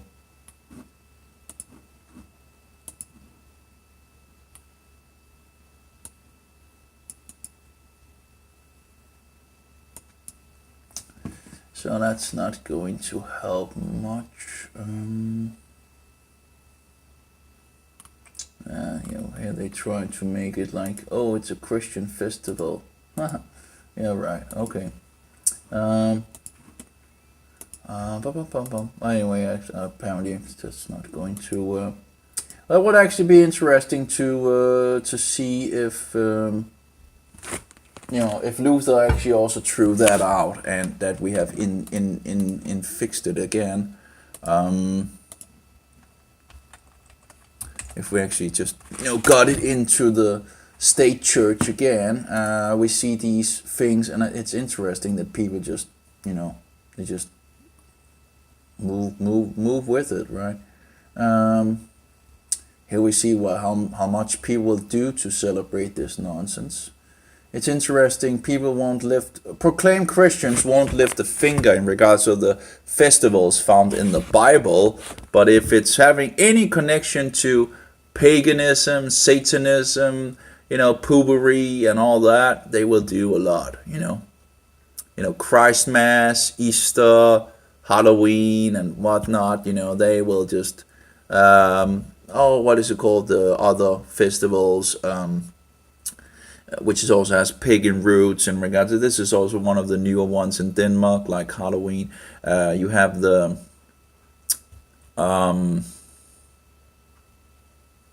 the love thing, the love Valentine's Day. That's also something. I don't know, I thought that, I talked to someone, and as far as I recall, Valentine's Day came after we got Halloween in my youth, but I have someone saying that Valentine's Day was before, but at least it's, Valentine's, it's not that old. Here we go. When did you begin to celebrate? Yeah, mid 90s, okay. And in regard to Halloween, when did we get to celebrate? The mid 90s, that would be 1995. That would also be the time when Command and Conquer came out, 1994. I would have been 10 years or something, 10, 11 years. At least I remember it beginning to be, become more and more, strong. But I remember Halloween becoming popular first, and then Valentine nonsense coming. Så jeg begyndte man at fejre Halloween i Denmark. There we go. Yeah, okay. Well, this one says that first in the 1990s that you began to celebrate Halloween. And here it says Halloween is the Scottish word for All Saints Night, All Hallows Eve. Anyway, that celebrated the 31 October. But that's all these connections and all that. So it's not a surprise at all. Although here the information says it came in the end of the 1919s. But yeah, both Valentine's Day and the other one came in the 1919s, apparently. At least the information agrees on that.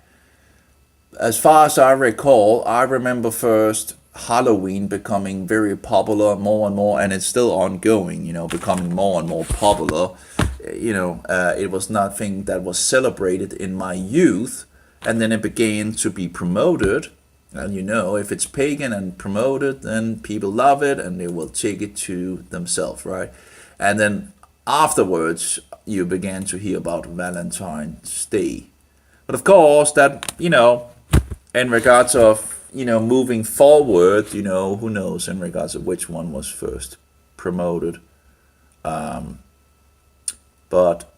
Valentine's Day, in regards of promotion, first got strength after Halloween, so as far as my experience goes. So yeah, but yeah, the 19s, the mid 19s, one source says, again, if that was beginning, it wasn't so prevalent in the beginning, so it took time for it to get strength in.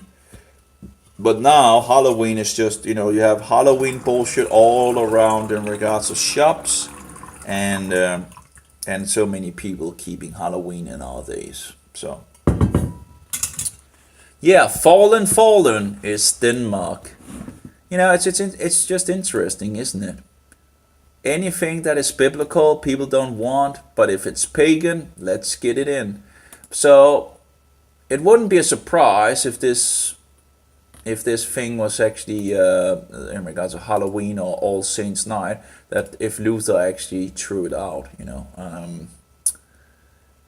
so, and one of these guys that is defending is from the Christian Democrats, but of course they're full of bullshit, and here we see all these pictures that, they just remind you of Catholic nonsense.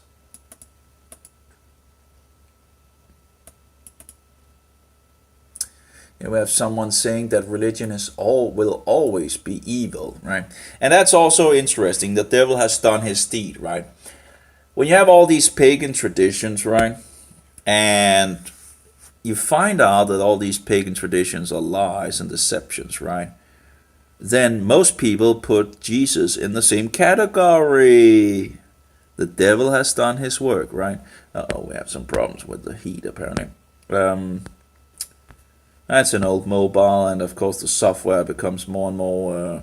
Here we have the information in regards to the Danish Reformation, but there's much more to be done in regards to research. But I couldn't. I have so much information, and I would need to read a lot of the information that I've collected and sum things a little up. I was trying to figure out when the Roman Catholics began to infiltrate things. And it's pretty clear today that we got diplomatic connection again with the Vatican in 1982.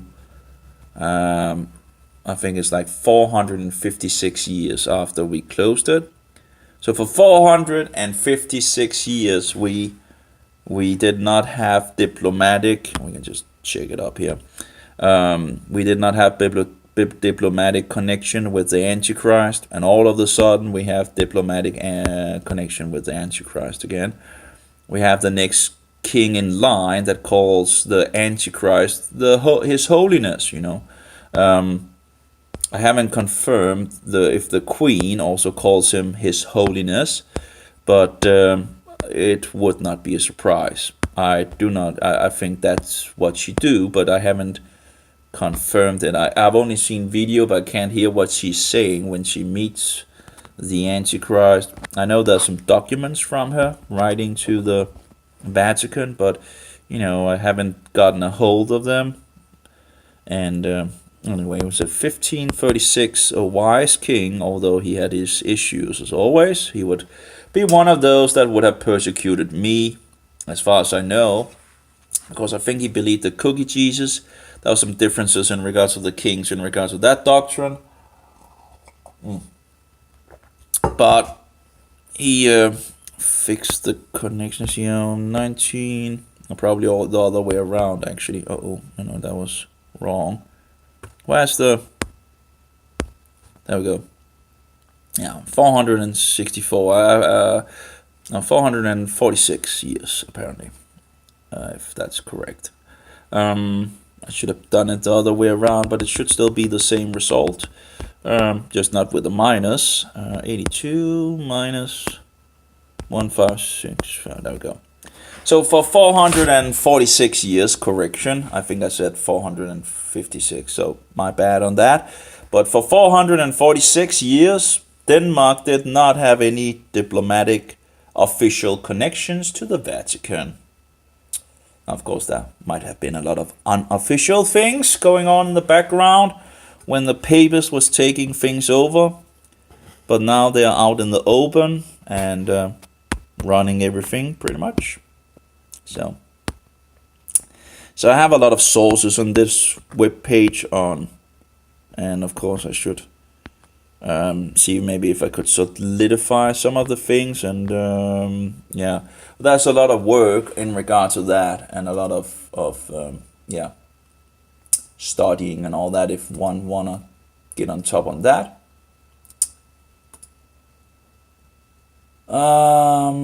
So yeah,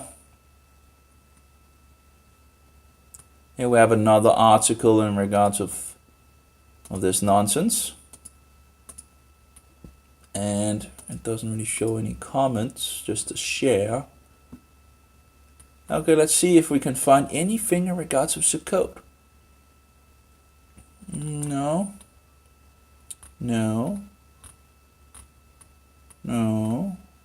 You see some, this looks like a Roman Catholic nonsense here. Yeah, they've become, you also see the bishops that is ecumenical in nature, going to Rome and all that nonsense. Is really disgusting. So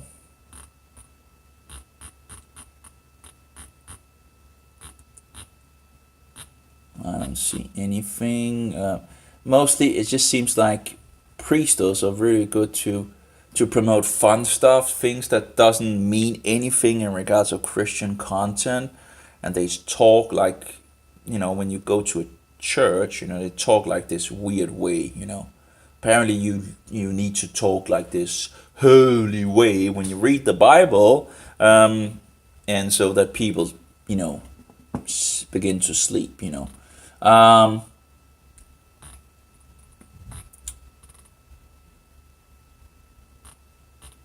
the churches are usually also in the direction of the sun going up. Anyway, and the next thing I can see is in regards of Saint Hans, which seems to be the next tradition they have as far as I can see. And here they're promoting homosexuality or sodomy. In regards to here, we have two men, one man kissing the other man and all that. I guess they, yeah. Nasty, nasty, nasty.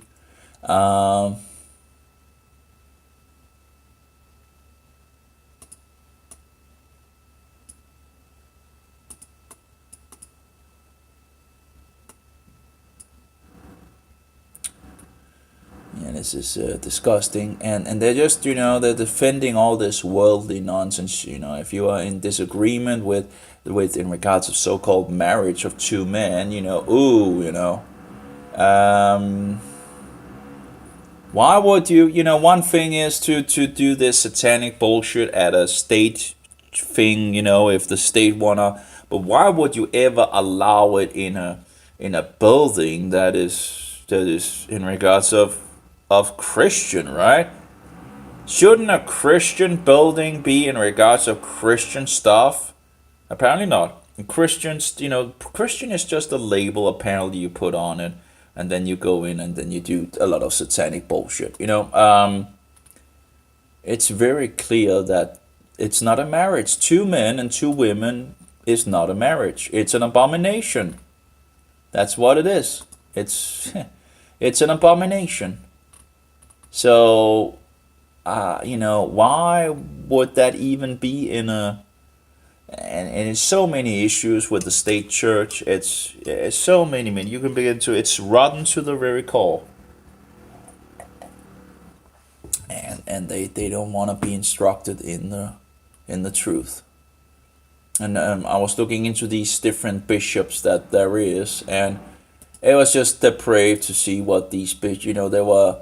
ecumenical levels going to Rome and speaking, positive about, Roman Catholicism, and the Pope, as far as I recall, the Pope, the great stinking Pope. So it's just this. So when I came out of the New Age, I was thinking of rejoining the state church, right?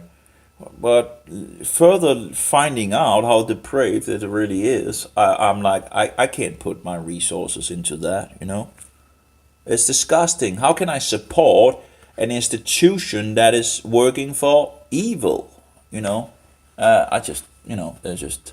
Oh, here we have a homepage for this bishop, whatever, a woman bishop, whatever. Let's see what maybe we can find some Romanism maybe here. Again, the thing is, no one talks about the Antichrist. I haven't seen anyone that, and she sits with, is that a Roman Catholic necklace she actually have in regards of, and she sits with this black leather. It looks very, wrong.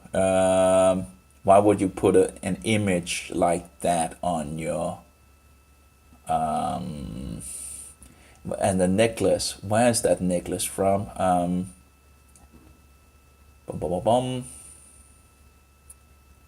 Let's see here. See if we can find something in regards to Roman connections. I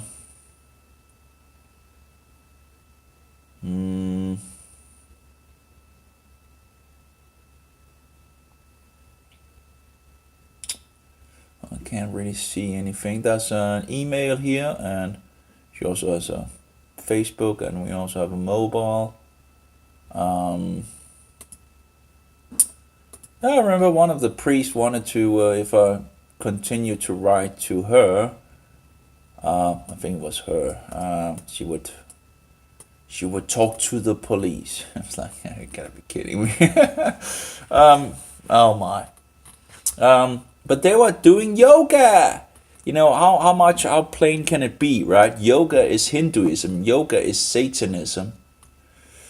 Okay, she's out as a priest at the military. I have no idea. If you were, if you were doing in regards of being a Christian, you would tell the soldiers to go home. You wouldn't bless them to go out and kill people and all that. You see all these Roman Catholic things where they bless the tanks and the whatever military equipment. It's like, why would you bless would you bless things that is made to kill other people, made in the image of God? Is that what Christians are set out to do? No, of course not. We are to go out and spread the good news. Anyway, so I don't know where, I don't know in regards of, I would need to dig further in regards of things.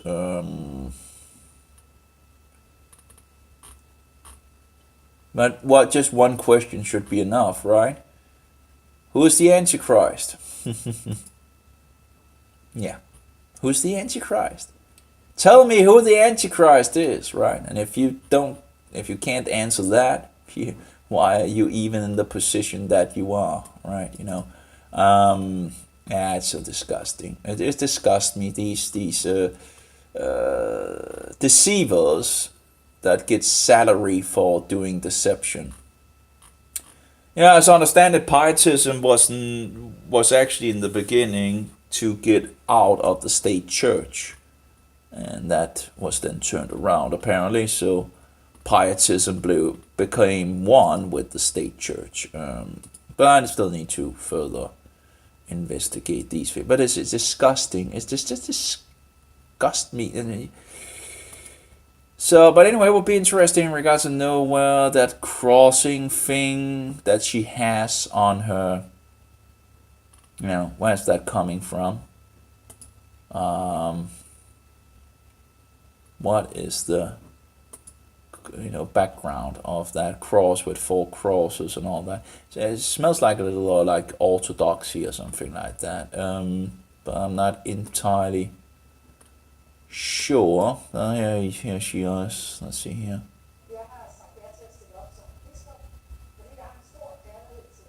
He has a great love for the state church, apparently. Well, it's not called the state church. It's called the church of the people. The church of the people. Oh, really? Yeah, the church for the people, Don't speak the truth because we need to be a church for everybody, right? We need to be ecumenical. We need to, engage in marriages of homosexuals. We need to be bullshitters. We need to mislead people into pagan traditions and nonsense. We need to be the foremost promoters of these things, right?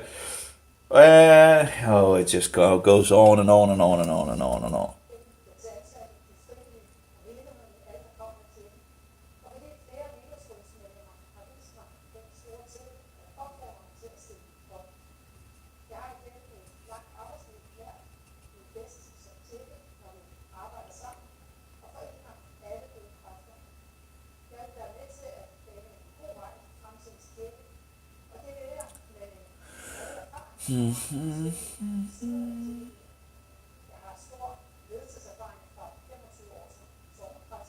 I guess 25 years of lying, deceiving people, getting blood money in the pocket, right? I just, 500 years to stand for truth, and then you find out they're not interested in truth. Well, if they're not interested in truth, what are they interested in? Lies and deceptions. They don't want you in the church building. If you come in a church building of these and you speak the truth, they don't want you there. They don't want the truth. Isn't that interesting? A Christian church that should be led by the Spirit of truth do not want you to be there if you do not go along with the bullshit and tell them, this pagan New Year's nothing to do with the Bible, and Christmas as in regards to the Antichrist, and Easter, and Halloween, and Sunday, and they want you there, Ooh, 18 years on the military. Did you tell those soldiers to lay down their weapons and go home to their families? No, probably not, right? Just out there to whatever, just. Is that what we're told to? As a Christian, you just go to the, and bless the soldiers' weapons and this and that, and go fight for God. Okay, Well, that was not the way that Jesus told us to do, right? Go and speak the truth and preach it, right? These people, these young people with, the body, a strong body and all that, and a clear mind and all that, they should be using it to preach the word of God. They shouldn't be using this thing to go out and murder other people. It's just.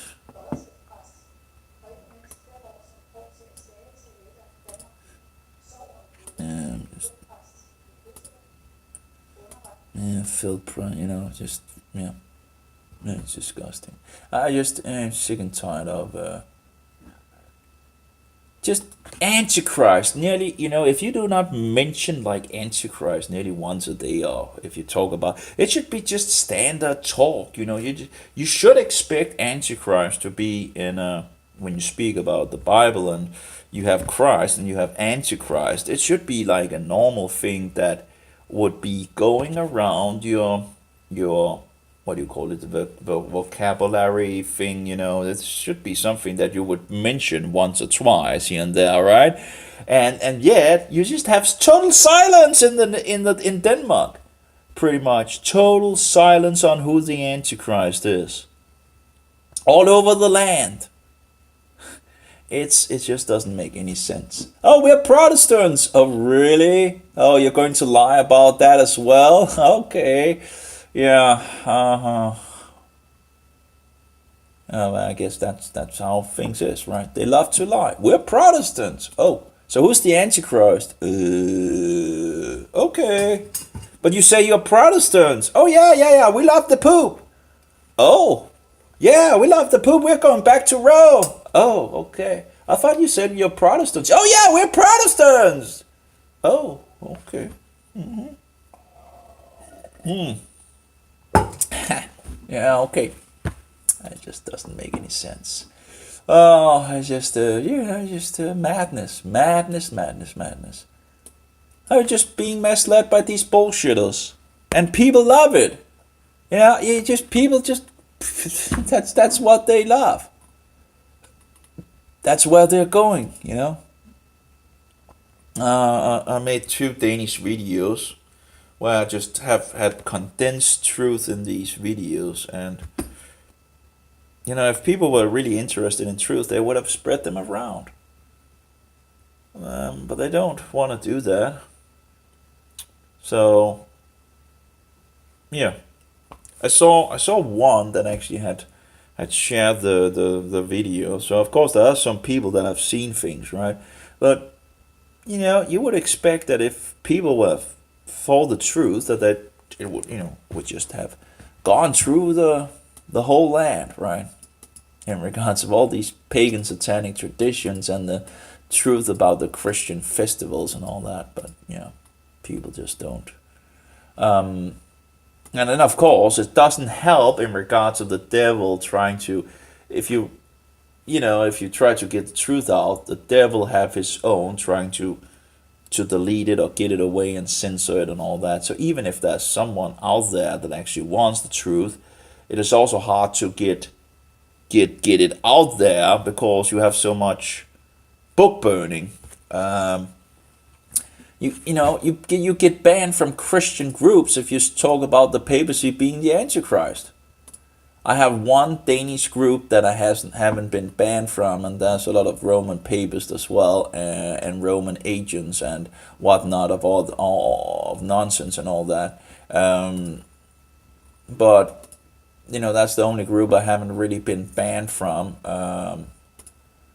So because it's like more of an open thing for everybody, and the administrator is not into banning people, which kind of there's a lot of nonsense in the group. Um, a lot of nonsense, but at least that's the only group I haven't been banned from. Um, Pretty much every other Christian group I've been kicked out of. Um, because you can't speak against Roman Catholicism, you can't speak against the papacy. You can speak about anybody else in regards of being the Antichrist, but you cannot speak about the Pope being the Antichrist. That's a no go. Everything else goes. Um, that's how the world is. It's I was sharing this flyer around, and that's interesting. When I one of the first I gave a flyer, I think he was a Mohammedan. He took the flyer and he just shredded the paper. So he was like, he took it like he wanted it, right? And then he took it and he just shredded over. And you just yeah, people hate the truth, it's just like, okay, that was the first, what do you call it, experience I had with handing out flyers, that the first one just took it and just shredded it. It's like, so that was a good beginning in some sense. It was, I got a little, I didn't expect someone would, if you don't want the information, well, don't accept it, right? Of course, it's still, it's, when you don't have that many resources, it's actually a good amount to print out flyers. It still costs you, right? I think it's 50. 50, I'm not sure what that actually called, but 0.5 kronos per page. So if you have 2 pages, that's 1 kroner if you do it on the library. Of course, you can do it a little cheaper for yourself, but if you don't have any issues and all that, and sadly, usually you get into some issues.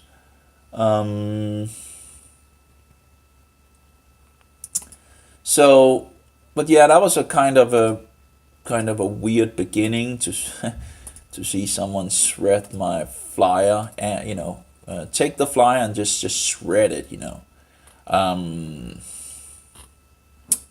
But I have pretty much handed out all the flyers that I have, and hopefully hopefully it will make some kind of wave. Hopefully it will put some in the right direction. But yeah, I had hoped for a little more, that, but yeah, it's better than nothing, I guess. If people want the truth, they have it. So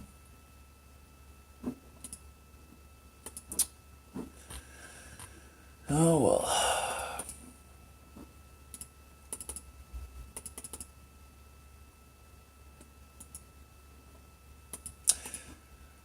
There's so many liars as well out there, misleading people, where they start out, they collect a lot of Christians, right?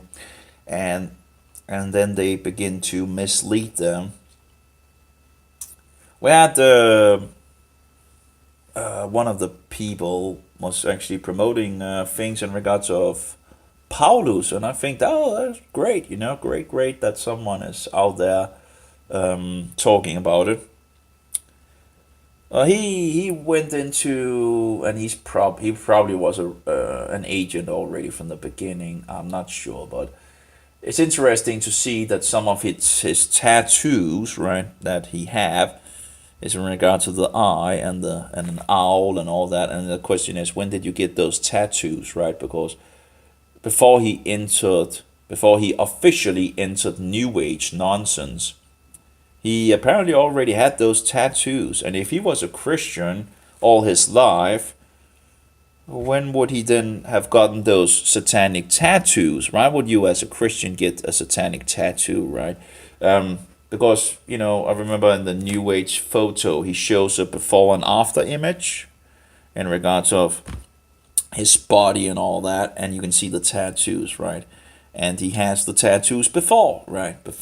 So it's like, but anyway, one could investigate and use time on that as well. But it's just interesting, and you see all the satanic markers and how they are misleading him and his girlfriend or whatever. They totally misleading. One of the videos she had snake earrings. It's like it couldn't be more visible, pushing that Jesus was a Roman invention or Roman fairy tale, that they made and all this nonsense. And it just, oh my, it's just, and the sad thing is that he's so popular. He got so many followers. He's leading people astray.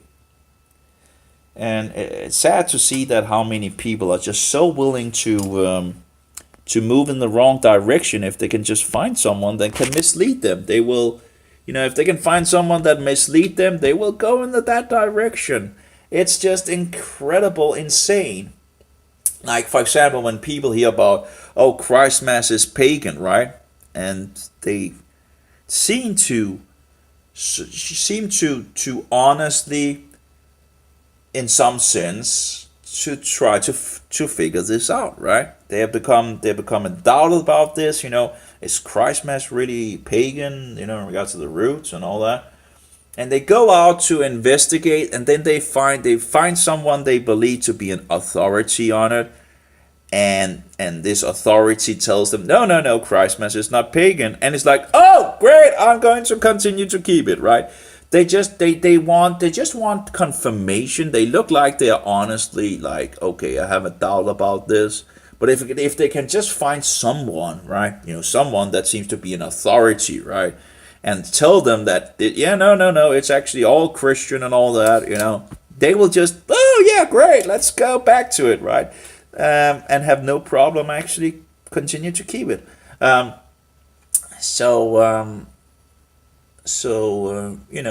They get the truth, and then quickly Satan snatches it away from them, and they're just willingly just, give me a break, Look at what is in Christ Mass. All these pagan traditions. It's all over. How can anyone even defend it? It's in some sense, it's hilarious. What do you call it? Hilarious and sad and utterly just totally madness to defend something like Christ Mass. The pagan traditions are all over it. When you see the church buildings, right, inside the church building, and they're putting up these gnomes, right? Gnomes are false house gods from the past. You have a Christian building, so-called Christian, or whatever you want to call it, You have a proclaimed Christian meeting house, right? That is hanging satanic gnomes all around the building.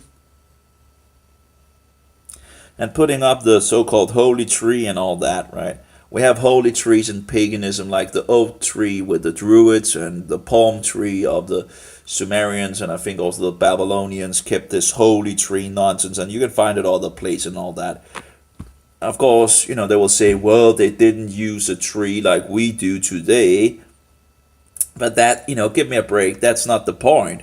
The point is in regards to this, it's nowhere written in the Bible that we should cut down a tree and put it in our house and put it up, okay? Nowhere. So they want to say, well, the Druids, that was an oak tree, and we're doing it with an evergreen tree, so that doesn't really have any connections. well, it doesn't really matter in regards to what kind of tree it is. That's the idea behind it. Again, paganism takes its different forms when it goes to different places and all that.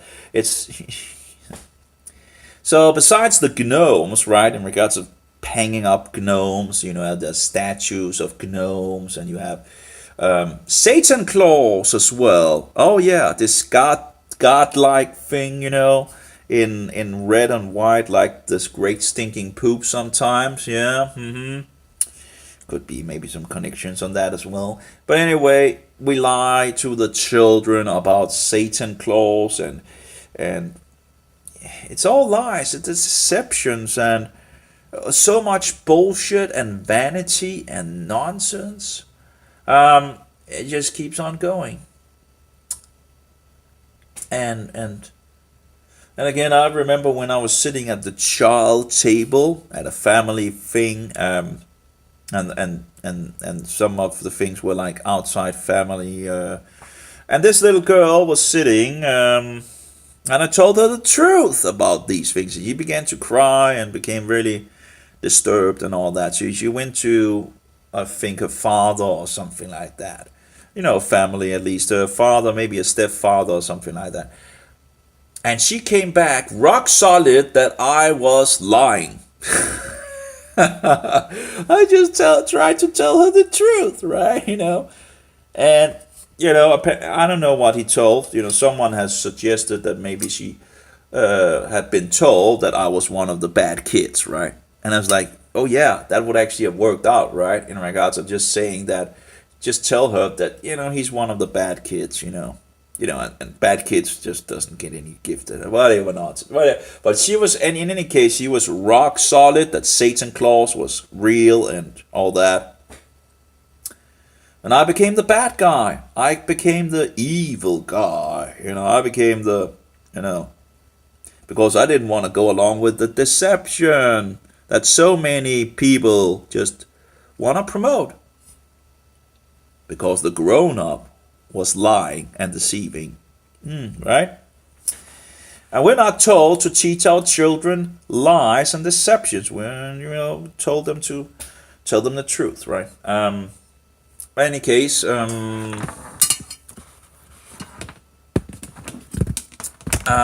see if we can just get a little power, although it will probably not get much to the mobile, but just a little. But yeah, it is like, and of course, in regards of evolution, 82% of the Danish people believe in evolution.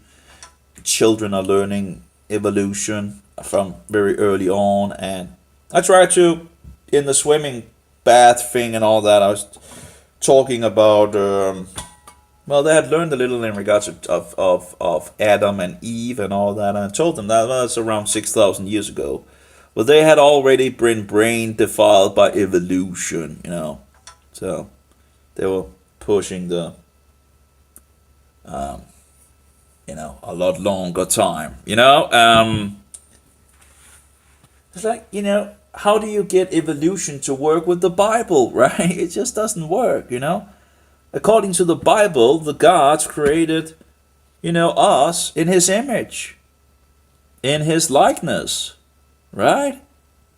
And you want to believe in evolution, a pool of mud that, without cause becomes alive, and then this life goes into the ocean, and in the ocean it becomes a fish, and then it goes on land and it becomes a goat, and the goat doesn't have enough to eat, so it goes back and becomes a dolphin. It's bullshit, and it has nothing to do with the Bible. And 82% of the Danish people who have a Bible standing, most people have a Bible or do have access to get a Bible. If they don't have one, they can easily buy one, they can easily get one, But 82% of the Danish people believe in millions and millions and billions of years. They could just read the first couple of pages of the Bible, and then they could test it out. There's enough evidence to support the Bible, because the Bible is true. So but that goes like evolution. That's a fairy tale for the satanic fairy tale. You have it's you shouldn't really be surprised when you see Easter and Christmas and Sunday and the pagan New Year in the winter and Halloween and Valentine's Day and it all the all this in society and the society moving in that and with this nonsense. Um, you shouldn't really be surprised that they would also believe in evolution, and another gigantic fairy tale of the devil. So, the more you know in regards of truth, the more you see how disgusting it all is. You just go around blind, not knowing that we're just living in a world of darkness. Festivals and pagan satanic festivals and pagan satanic views. And they will say, well, we are atheists. Yeah, well, you are a believing atheist. You believe that there's no God, and usually this atheism goes along with paganism in regards of evolution. So you're pretty much just a pagan, okay? Even if you believe, I'm an atheist, yeah, but you believe in satanic bullshit, okay? Because that goes hand in hand, evolution and atheism. I was an atheist and an evolutionist as well. It goes hand in hand. I was a Satanist. Might not believe in the devil, but that doesn't make me any less of a Satanist. I was still a Satanist. I was on the wrong team. So, yeah, it just keeps on going, and you see all these things being promoted, and you actually begin to see how much propaganda there is for Christmas and all these filthy things. It's all over. It's all over. Oh, then they have all this Christmas stuff in the movies and advertising and promotion in the world. How much do you see about Sukkot and the Day of Trumpet? Nothing, pretty much. How much did I see in the shops about Sukkot and Yom Teruah, and the other Day of Trumpet, Day of Atonement, Yom Kippur, all these things? Nothing. Not a single thing in the shops in regards to these festivals. Nothing. Halloween, bunch of it. Christmas, bunch of it, Not a single thing in regards of the Christian festivals. And we should be in a Christian nation. Yeah. They can call it whatever they want, but it doesn't become Christian just because they baptize it and say it's Christian now because we baptized it and we say so, and no, it doesn't become Christian. The Catholics have this idea that you can baptize pretty much everything and make it Christian. It's just ridiculous. Absolutely ridiculous. But that's what they. I don't understand this. How can people? Well, I guess Satanist also uses the cross, right? You can see a lot of Satanists having the cross. Roman Catholics, of course, runs around with the cross, right? Then they can go out and shoot a lot of people, and then they can go to a priest to get their sins forgiven, and they can go out and do it again, right? Kill some more people, and then they could go back again, as long as they also have some money with them as well. Of course, the church, the Roman Catholic Church, well, of course, wants it's part of the abomination, right? Oh my. Death and evil.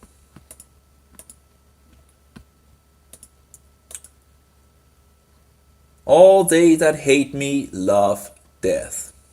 Yeah. And it's like, of course, they also try to, when you see these South America festivals, and it's just they're so disgusting, and yet it's like you have this Roman Catholicism and fixed and into all these things, and of course Roman Catholicism is just Satanism with a surface, surface front facade of Christianity, while it's really just the devil's masterpiece. Yeah, you have a lot of examples where, as long as the Roman Catholic Church are in control, it doesn't really matter if because it is pagan already, so they don't really care, as long as they're in control. I remember at least two places where the Roman Catholics were coming over to pagans, and the pagans already had this celebration of the cookie Jesus. Well, of course, they called it something else, right? But still the ritual of this cookie. Maybe it's because it's sun worship? Sun worship. Pagan satanic nonsense from the past. And the cookie has to be round like the sun,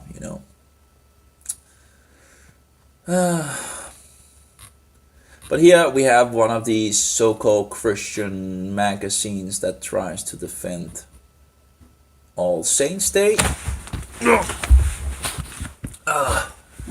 So, yeah.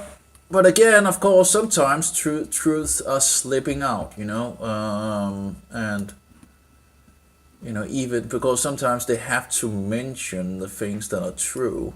Like, for example, when I talked to this fourth Night of Columbus guy on Gab, and he apparently got so stirred up in regards of my Judaizing that he wrote an article in regards of all these festivals that I pointed out was pagan and all that, and he wrote an article.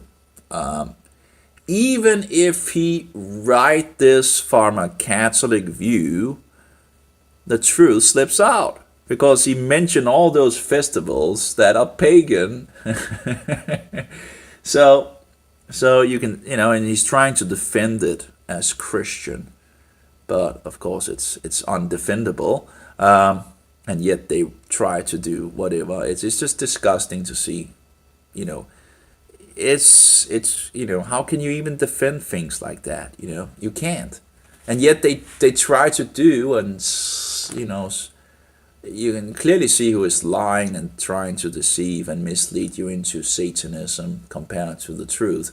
If you have just some discernment, you can just look it up in the Bible. What festivals do we see in the Bible?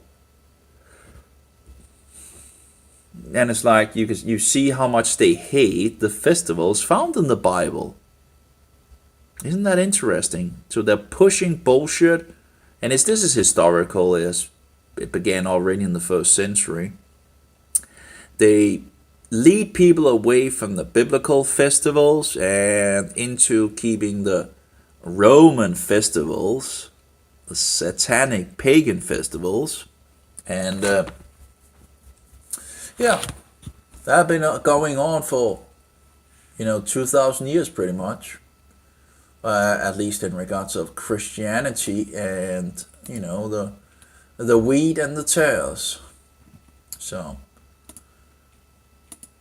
you just have to figure out what is the difference between the wheat and the tares, because both of them are proclaiming themselves Christians, but the tares are the devil's children. So what is the difference? If they both proclaim themselves Christians and they actually look very much alike, and yet are totally opposite of each other, what is then the difference? Well, the difference is if they are upholding God's law compared to getting away from it and saying it's abolished, and we have these new commandments from the Pope, and so he thinks to change times and laws and all that. The little horn of Daniel. It's just fulfilling the little horn of Daniel, the little Roman horn of the number 666 of Daniel. Oh yeah.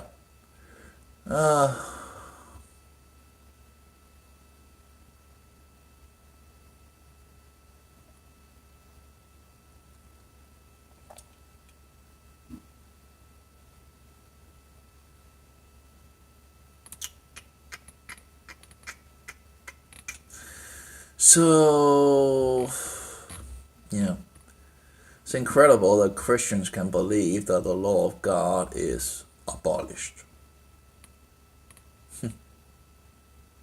That's a devilish trick for sure, you know. Oh, the law of God is abolished? Oh, or that you would lose salvation by trying to keep and do your best to be instructed by the Bible in regards to the Christian festivals compared to keeping those pagan festivals.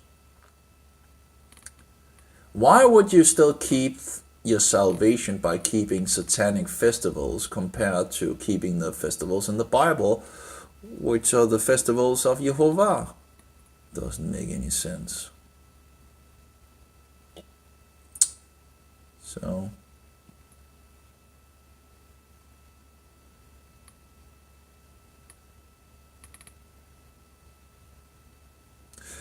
doesn't make any sense. Oh,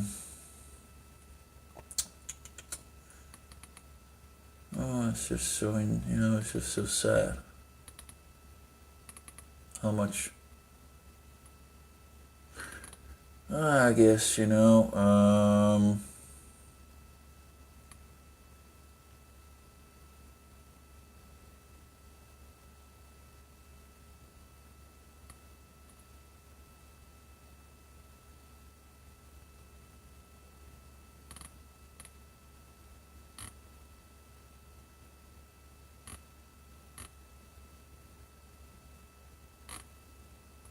but anyway, so that's it's just ongoing, and the thing is, people don't want to move.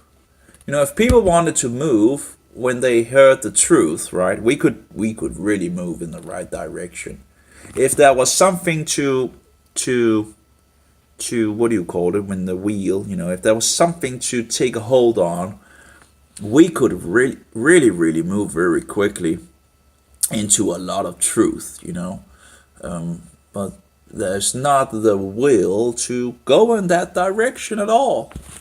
The people want more lies and deceptions. They do not want more truth. That's very sad. That's pretty much the world. The world doesn't want truth. That's just how it is. 500 years to read the Bible. Oh, here we have. Do we have? Seems to be advertising for getting a chip, right? Oh yeah, it's so easy to get chipped, right? I like to think I have cyborg upgrades. Oh yeah. She's a biohacker with 3 microchips implants. That seems to be advertising, although it's not pushed, it's not directly, but I never, they push all these different things that you don't want to see, right? It's just become filthy,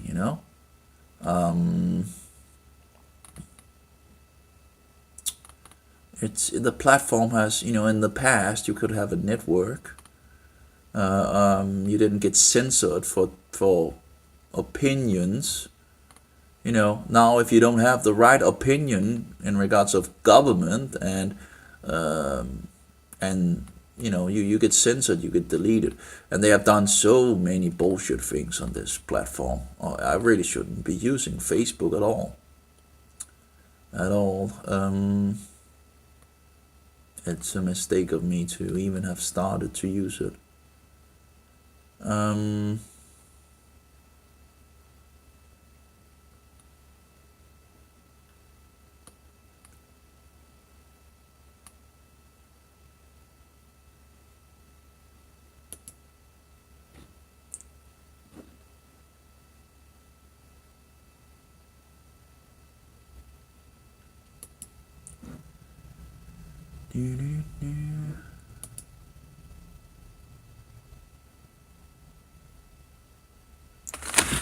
Here we have again, like Lord of the Rings, right?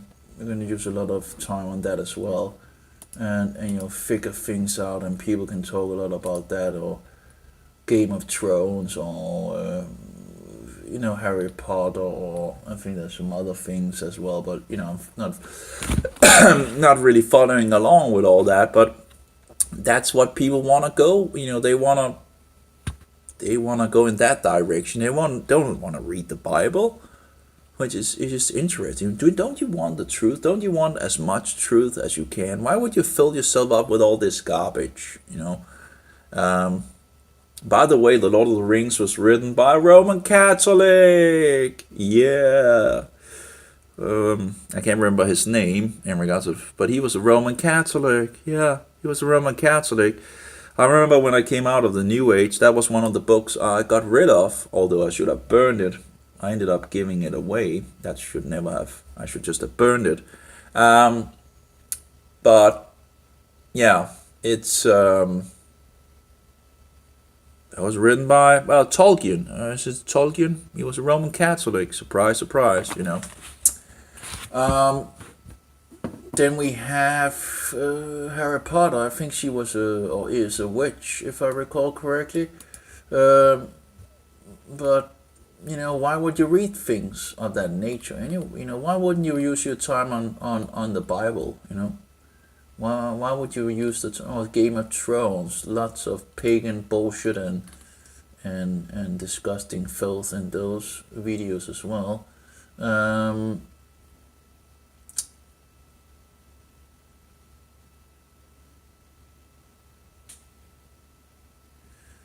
She is convinced that her cell phone is listening to her call, so I pulled the most epic prank on her. Whatever. Well, if you...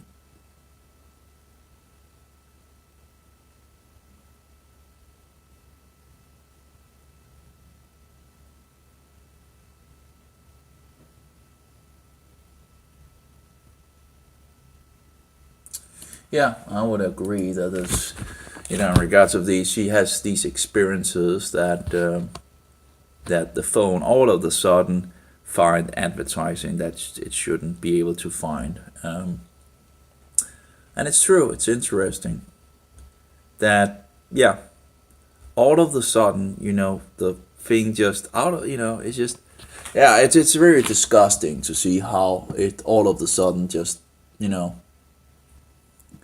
just works.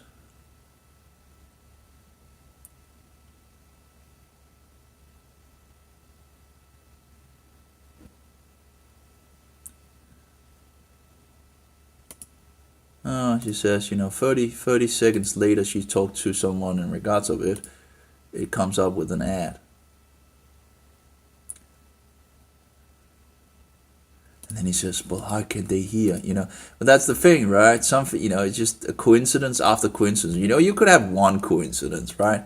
When you have multiple coincidences when this happens, it's and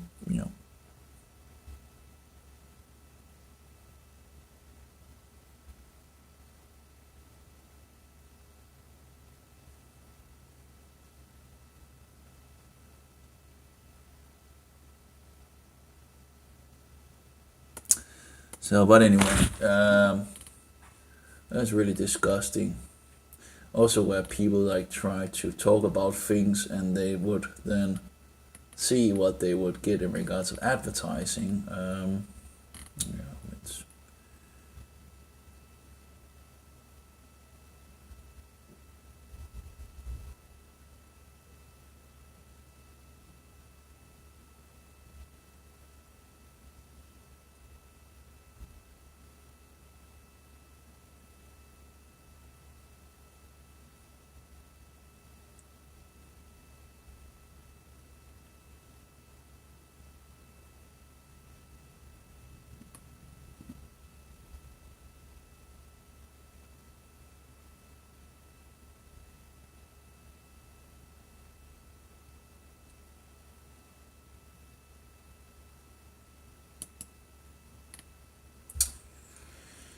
boom boom boom boom boom boom boom boom boom boom boom boom boom boom boom boom boom boom.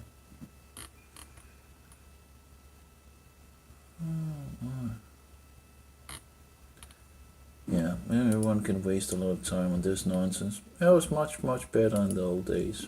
Much, much, much, much better. It actually did what you expected, right? You connected with other people, like real people, right? You connected up with them and you got the information from these other people that you connected up with, and not all these advertising and all that nonsense and disgusting filth. I do wonder in regards to that cross thing, by the way, that this woman has on, in regards to, let's see, cross with 4 crosses. It just seems like it's like an Orthodox thing. Oh, it's a Jerusalem cross.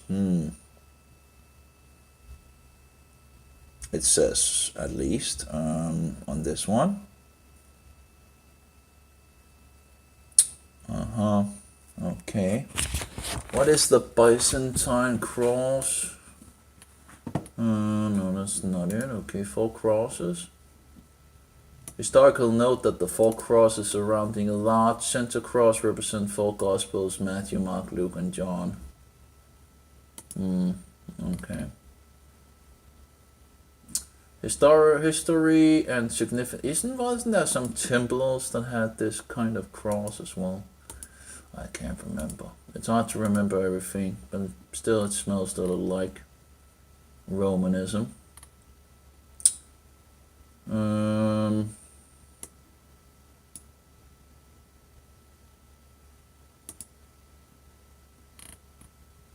Maybe I'm too yeah.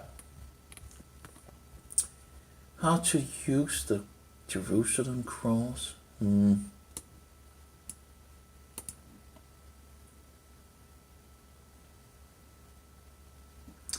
Jerusalem cross eye-catching design makes it a popular choice among those who are looking for a unique way to express their faith. Personally, I just think it smells like Romanism, but anyway, it's perfect for those searching for a cross that reminds them of Jesus' connection to the Holy Land. How would that? And if I wanted the connection to the Holy Land to be, you could have, Israel depicted or something like that. You could actually also, there's the coins that where they have to, Israel. I don't know. But I've just, as far as I recall, there was something in regards to Night Order. In regards of it, a Roman Catholic Night Order. I'll search on the Night Order. I think it might be connected with that as well. I'll just say Jerusalem Cross. Titanic, maybe? Knights, no. Wasn't that pin on Titanic Knights? Let's see here what they have. Yeah, okay. Yeah, pin on Titanic Knights. I seem to have use in regards of it. Different variants apparently. Potent. Potent crosses, pictures, pics for images. Oh, it makes a lot of weird things in regards to this Pinterest nonsense. It doesn't really say if, just say Jerusalem, but would it be depicting in regards to where the knighthood was from, or I don't know.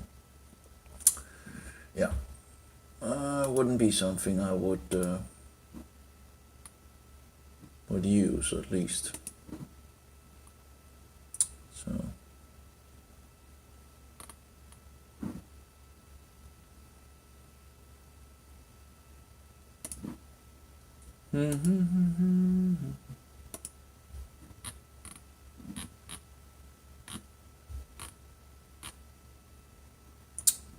Yeah, it seems to be that, they call it the Jerusalem cross. Different things too.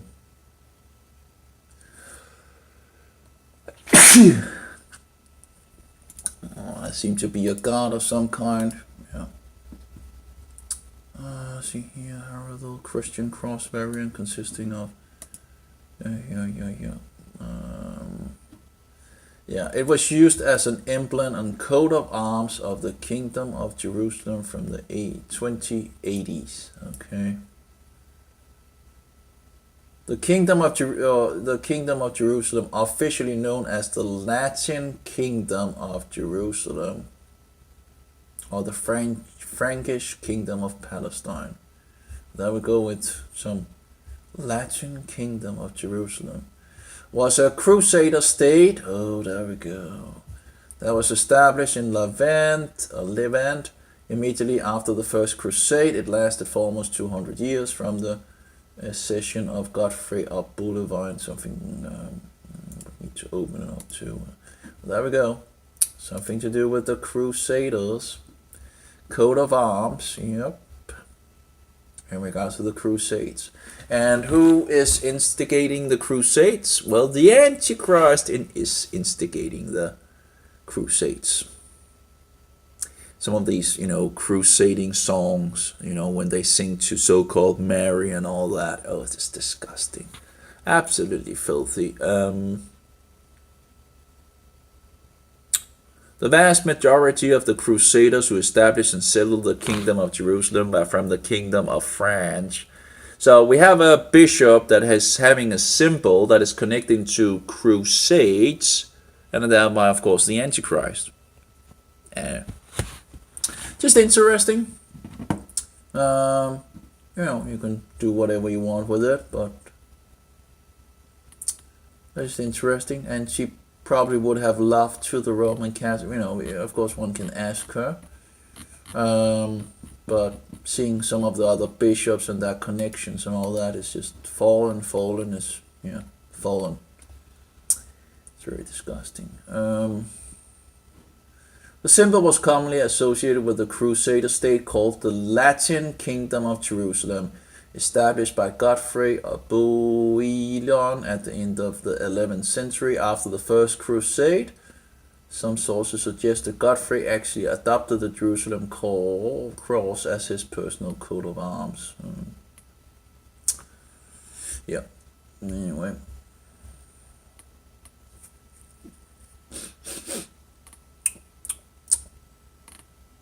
You see, Roman Catholics also love all this crusading things, and they also all, run around with the symbols of that kind, and, they're really into all these things. So, now, I don't know, I don't know, if I had to wear something in regards of a necklace, I think, like, the Hebrew wording in regards of Yeshua would probably be, there was another thing, but still, not, in regards to cross and all that. It had the name of Yeshua, in regards to nails and the cross and all that. But I don't really like the, the thing in regards of getting too close to Roman Catholicism in regards of the nonsense.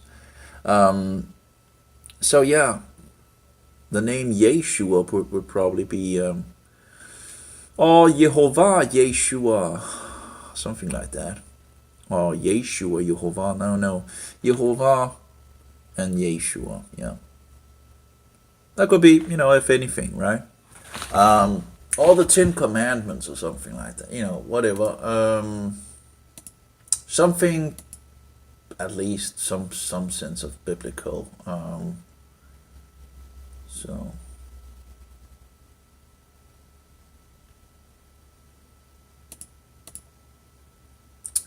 I don't know.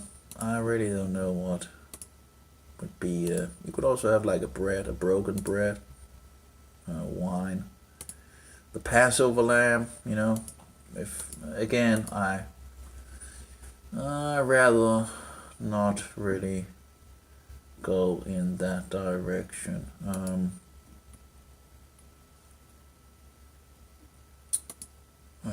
But yeah, it. So we found out in regards to Halloween, in regards to the 90s apparently, Roman time, and the same thing with the Valentine nonsense. We also have others, but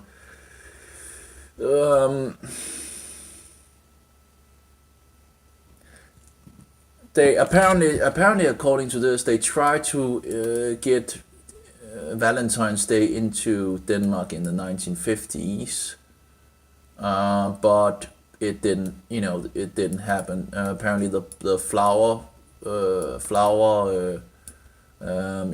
sellers tried to do that, and then they used the word holy day, so therefore it faded out. This holy day faded out. What are you talking about? It's not a holy day. It's a satanic, bullshit nonsense thing.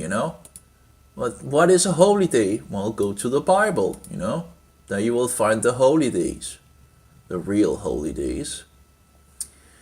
It says here, it was first in the end of the 1990s that the Danish people took it to them. Yeah, okay, so that fits with my own view in regards of that Halloween first came around and got, traction. That would go with the word. Halloween got traction first in Denmark, and then Halloween came afterwards. That's also how I remember it. So, and not the other way around.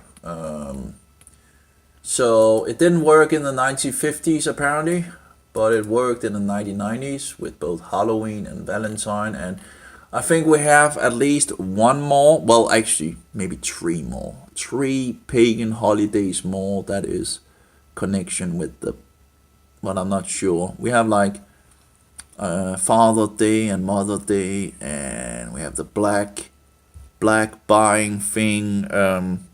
I think you could probably also find some pagan things on those. I'm not sure, but it's like everything that is pagan, let's get it in, right? And they take it into the churches,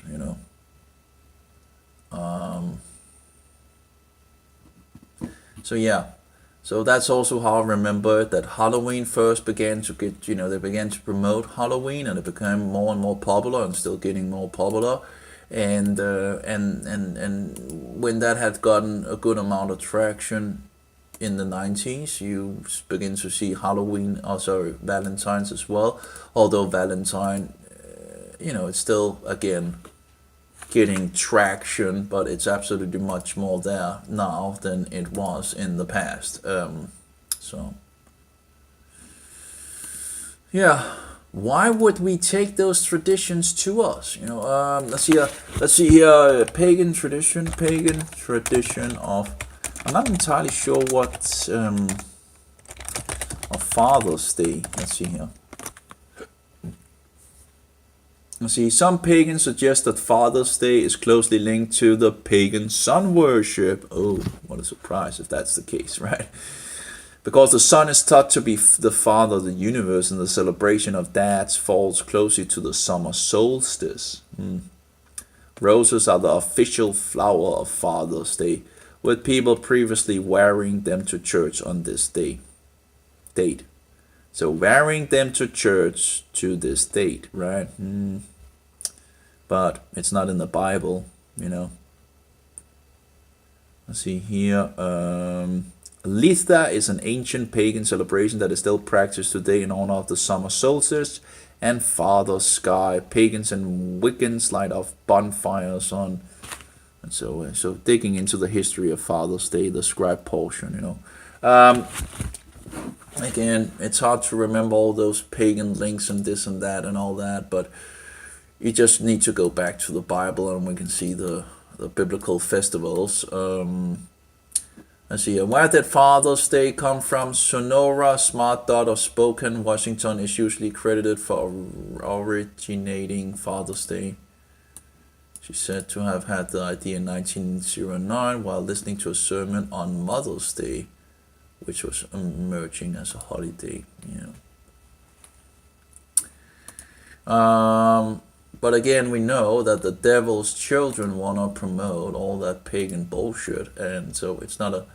And of course, we have the help of the Roman Catholics on that doesn't mind taking everything that is satanic because they themselves are Satan's children, and then to promote things. See, here we have another source celebrating Father's Day gives honor to the pagan fake sky gods Cealus, Jupiter, Zeus, Uranus, and the summer solstice. Again, pagan things is a mix-up of a lot of nonsense, but the thing is, just go to the Bible. Just go to the Bible. Here we have a source that says, no, father and mother, they have no relation to paganism.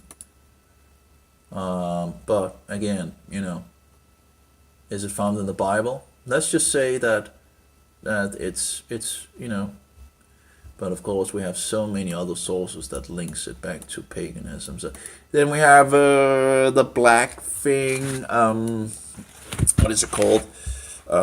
Black Friday, right? See if there's any pagan traditions on that. See if we can find anything. Most Americans don't realize that Black Friday is actually a day rich with tradition. Okay, let's see here. And there's another article. 7 pagan festivals we still celebrate today. Yeah, well.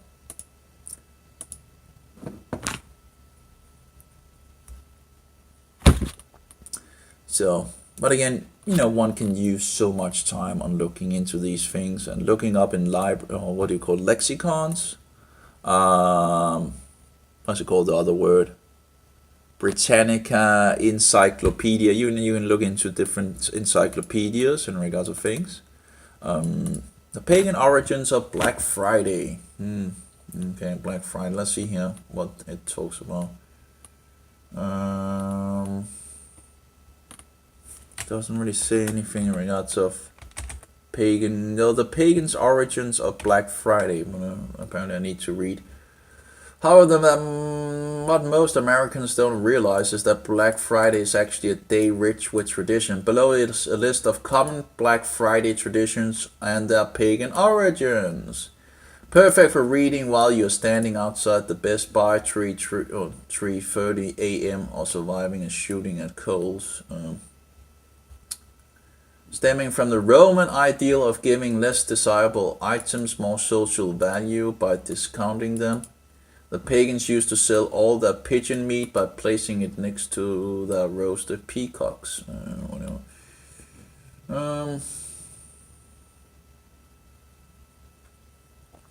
According to the pagan tradition, engaging in group trance time at night can help foster the proper environment for collective insight.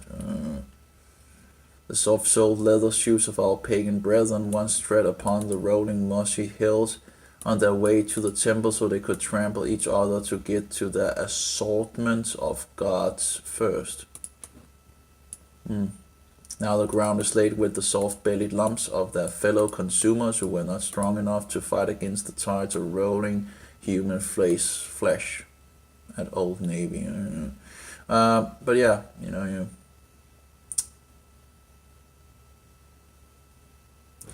the Black Friday sales are just a modern equivalent of the Norse bridge trolls.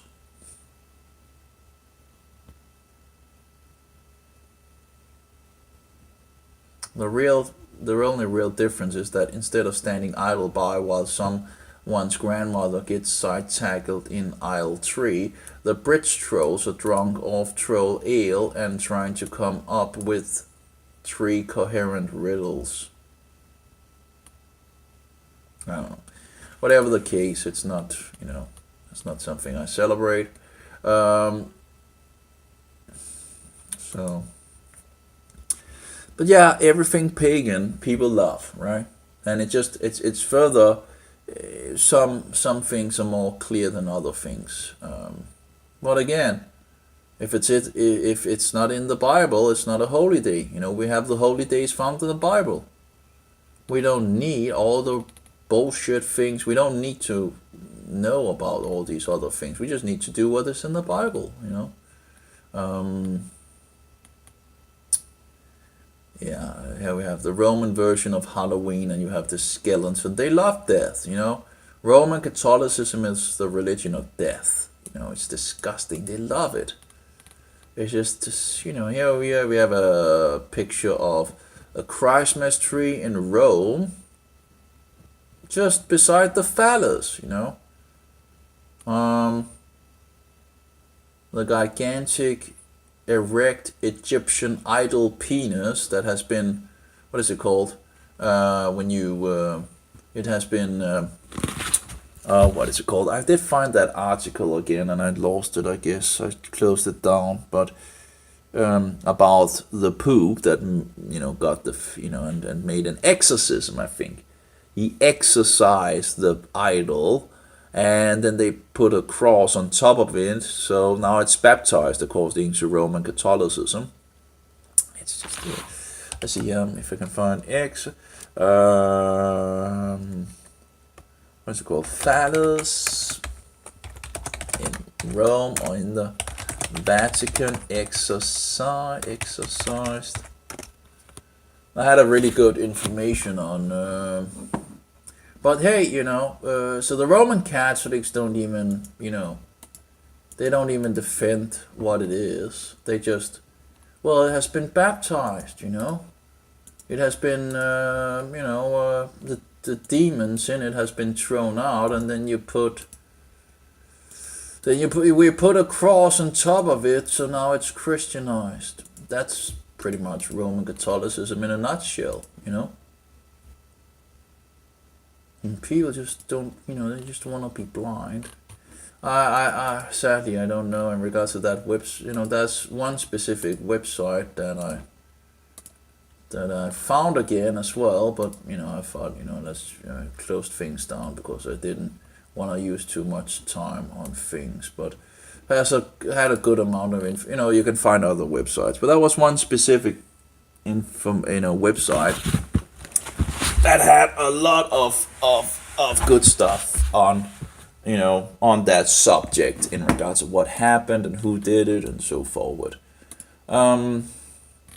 So yeah, it's a gigantic dildo that is standing in the front yard of the Antichrist. Who, as a Christian, would ever put up, such a thing in his front yard? So, yeah. The Islamic all-seeing eye. You have the all-seeing eye so many places as well. Very much Judaism, Mohammedanism, Roman Catholicism. I can't remember all of the things, but that was a point where I was digging into that. We have phallic worship and all that. But anyway, I can't find the website at the moment in regards to the information, but you can do your own information on that. It's disgusting. And again, the Roman Catholics don't even defend it, right? It's been baptized, it's been Christianized. And that's Roman Catholicism in a nutshell. Oh, we Christianized it. It's like, you're kidding me? You just exorcise it. I think it's called exercise or whatever. You throw out the demons of the idol, apparently, by the Pope, right? Oh, the Antichrist. So he just, the Antichrist just made all the demons go away from the idol that was connected to the idol. And then we put a cross on top of it, and now it's Christianized. It has been baptized. Oh, okay. It's just incredible. It's just, yeah.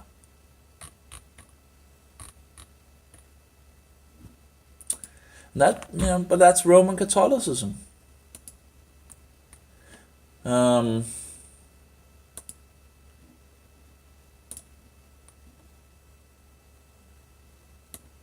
It's also called an obelisk, right? A phallus. That was an erect penis, Incredible. And as far as I recall, it's from Egypt, directly from Egypt. It was standing in the circus, and then it was removed to the Vatican at some point, and it was so-called exorcised, or whatever it's called, getting the demons out, and then a cross was put on top of it, and thereby it's now Christian, apparently. And, the insanity of it is it's outrageous. So that stinking idol Egyptian penis became Christian just because you did some.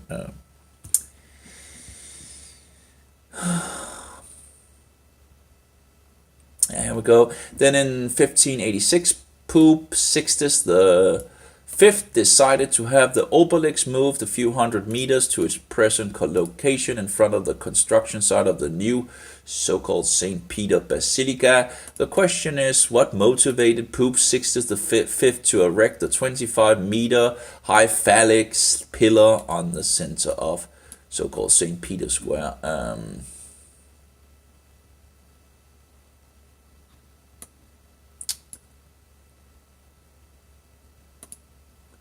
But anyway, can't find the other article, and I sadly, well, not sadly, I just, you can use so much time on this nonsense, and doesn't, it's so disgusting. The Roman Catholics are the devil's children. That's just no way of getting around it. The whole mystery Babylon religion, clothed in cheap clothing, is satanic garbage. There's no salvation in Roman Catholicism. Well, they say, well, there's no salvation outside the church. Bullshit. Salvation is in Jesus. Jesus is our Savior. God is our Savior, not the Antichrist with all his garbage.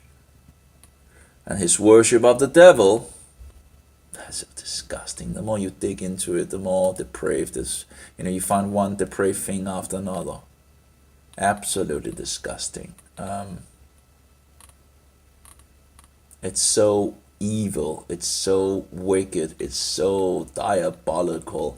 It's, it's just, you see death all around in regards to Roman Catholicism, and here's just another one in regards of the Roman version of Halloween, right? You have bone and a skeleton in the middle, like a pirate thing, and then some leaves, and it's the religion of death, It's so disgusting. It's so disgusting. How anyone can follow this filthy, this stinking system is beyond me. And they call themselves Christians. It's just madness. It's disgusting. And people believe, many people believe, oh, Roman Catholics are Christians. Oh, really? So that's why they worship the devil. Okay. And love death. It's the religion of death.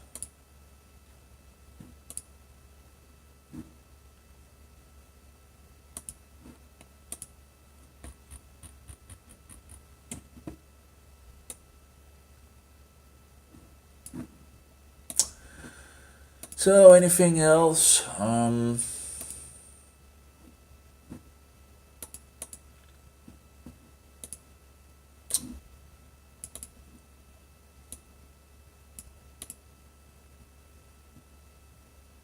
Let's see what.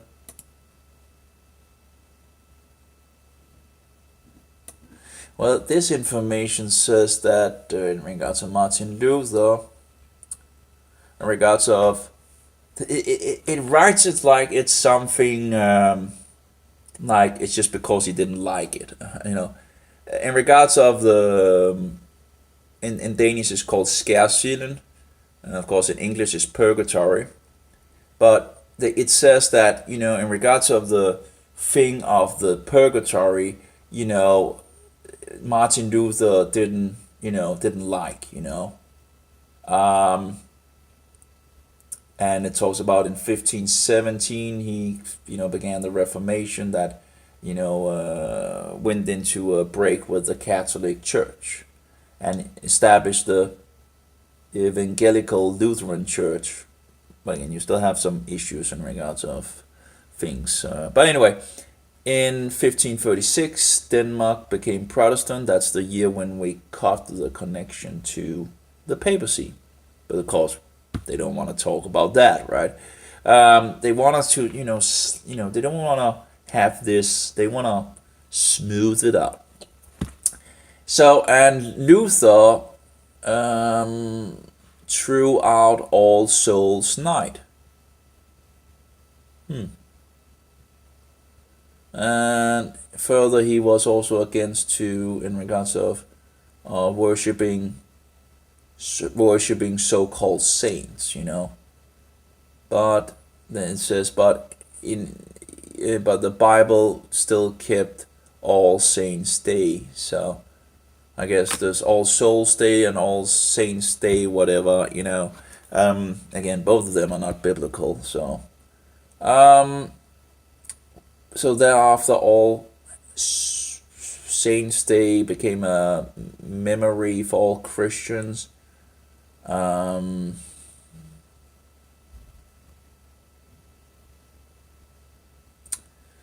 and the 7017, oh no, 7070, okay, 7070. The day became, it was removed from 1st November to the first Sunday in November. I wonder why. Would that be? Would that be moving it further closer to Roman Catholicism or something like that? You know, I don't know, but wouldn't be a surprise. Um, but I'm lacking a good amount of information here. And they just try to smooth out why people are keeping it. You know.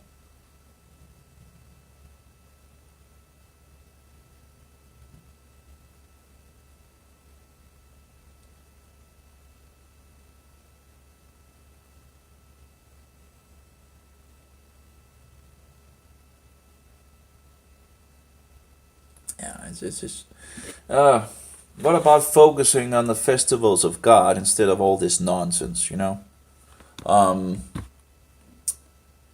I just so that I don't know. Maybe there's also, you know, two nights in regards for All Souls Day and All Saints Day, whatever, you know.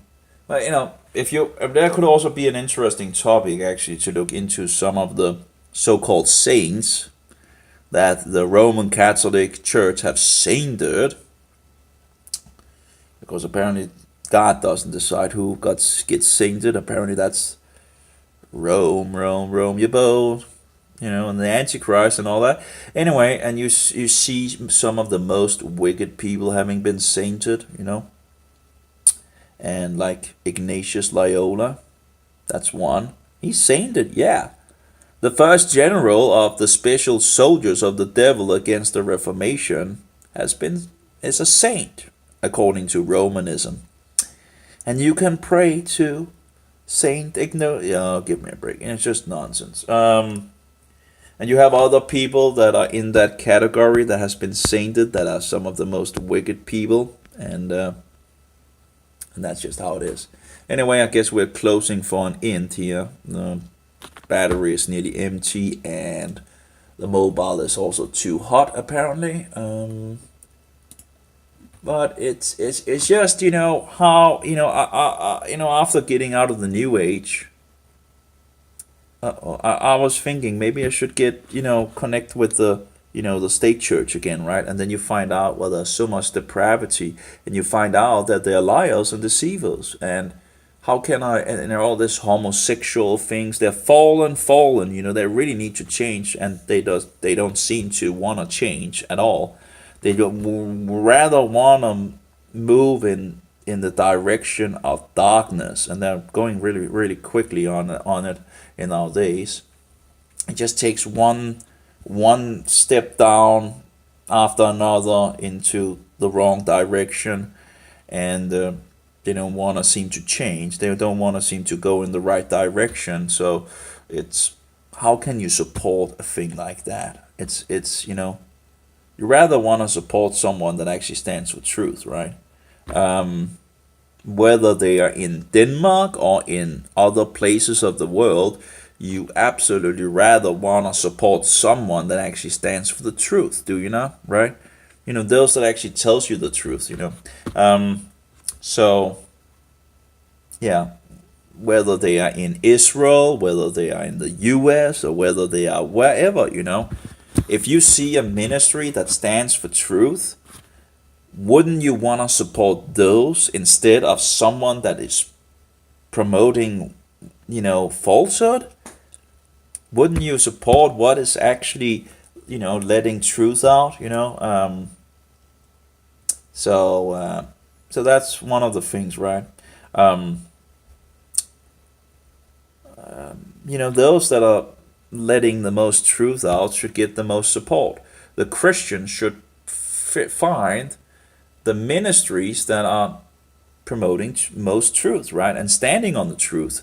All these congregations that has fallen away from the truth, why would you support them to fall further away from the truth and promote more darkness? We should put the resources where people are actually promoting truth. So if someone stops doing that, well, stop supporting them.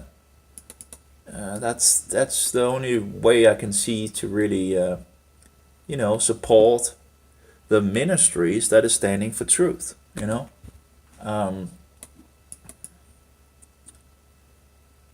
So they can promote more truth, right? Instead of promoting those that are liars and deceivers, so they can promote more lies and deceptions. Because it doesn't, in regards to the Lutheran Church in Denmark, it's not Lutheran. How can it be Lutheran if it doesn't even proclaim the Antichrist, And now it's shutting down. But, Jesus Christ is God Almighty Jehovah, and the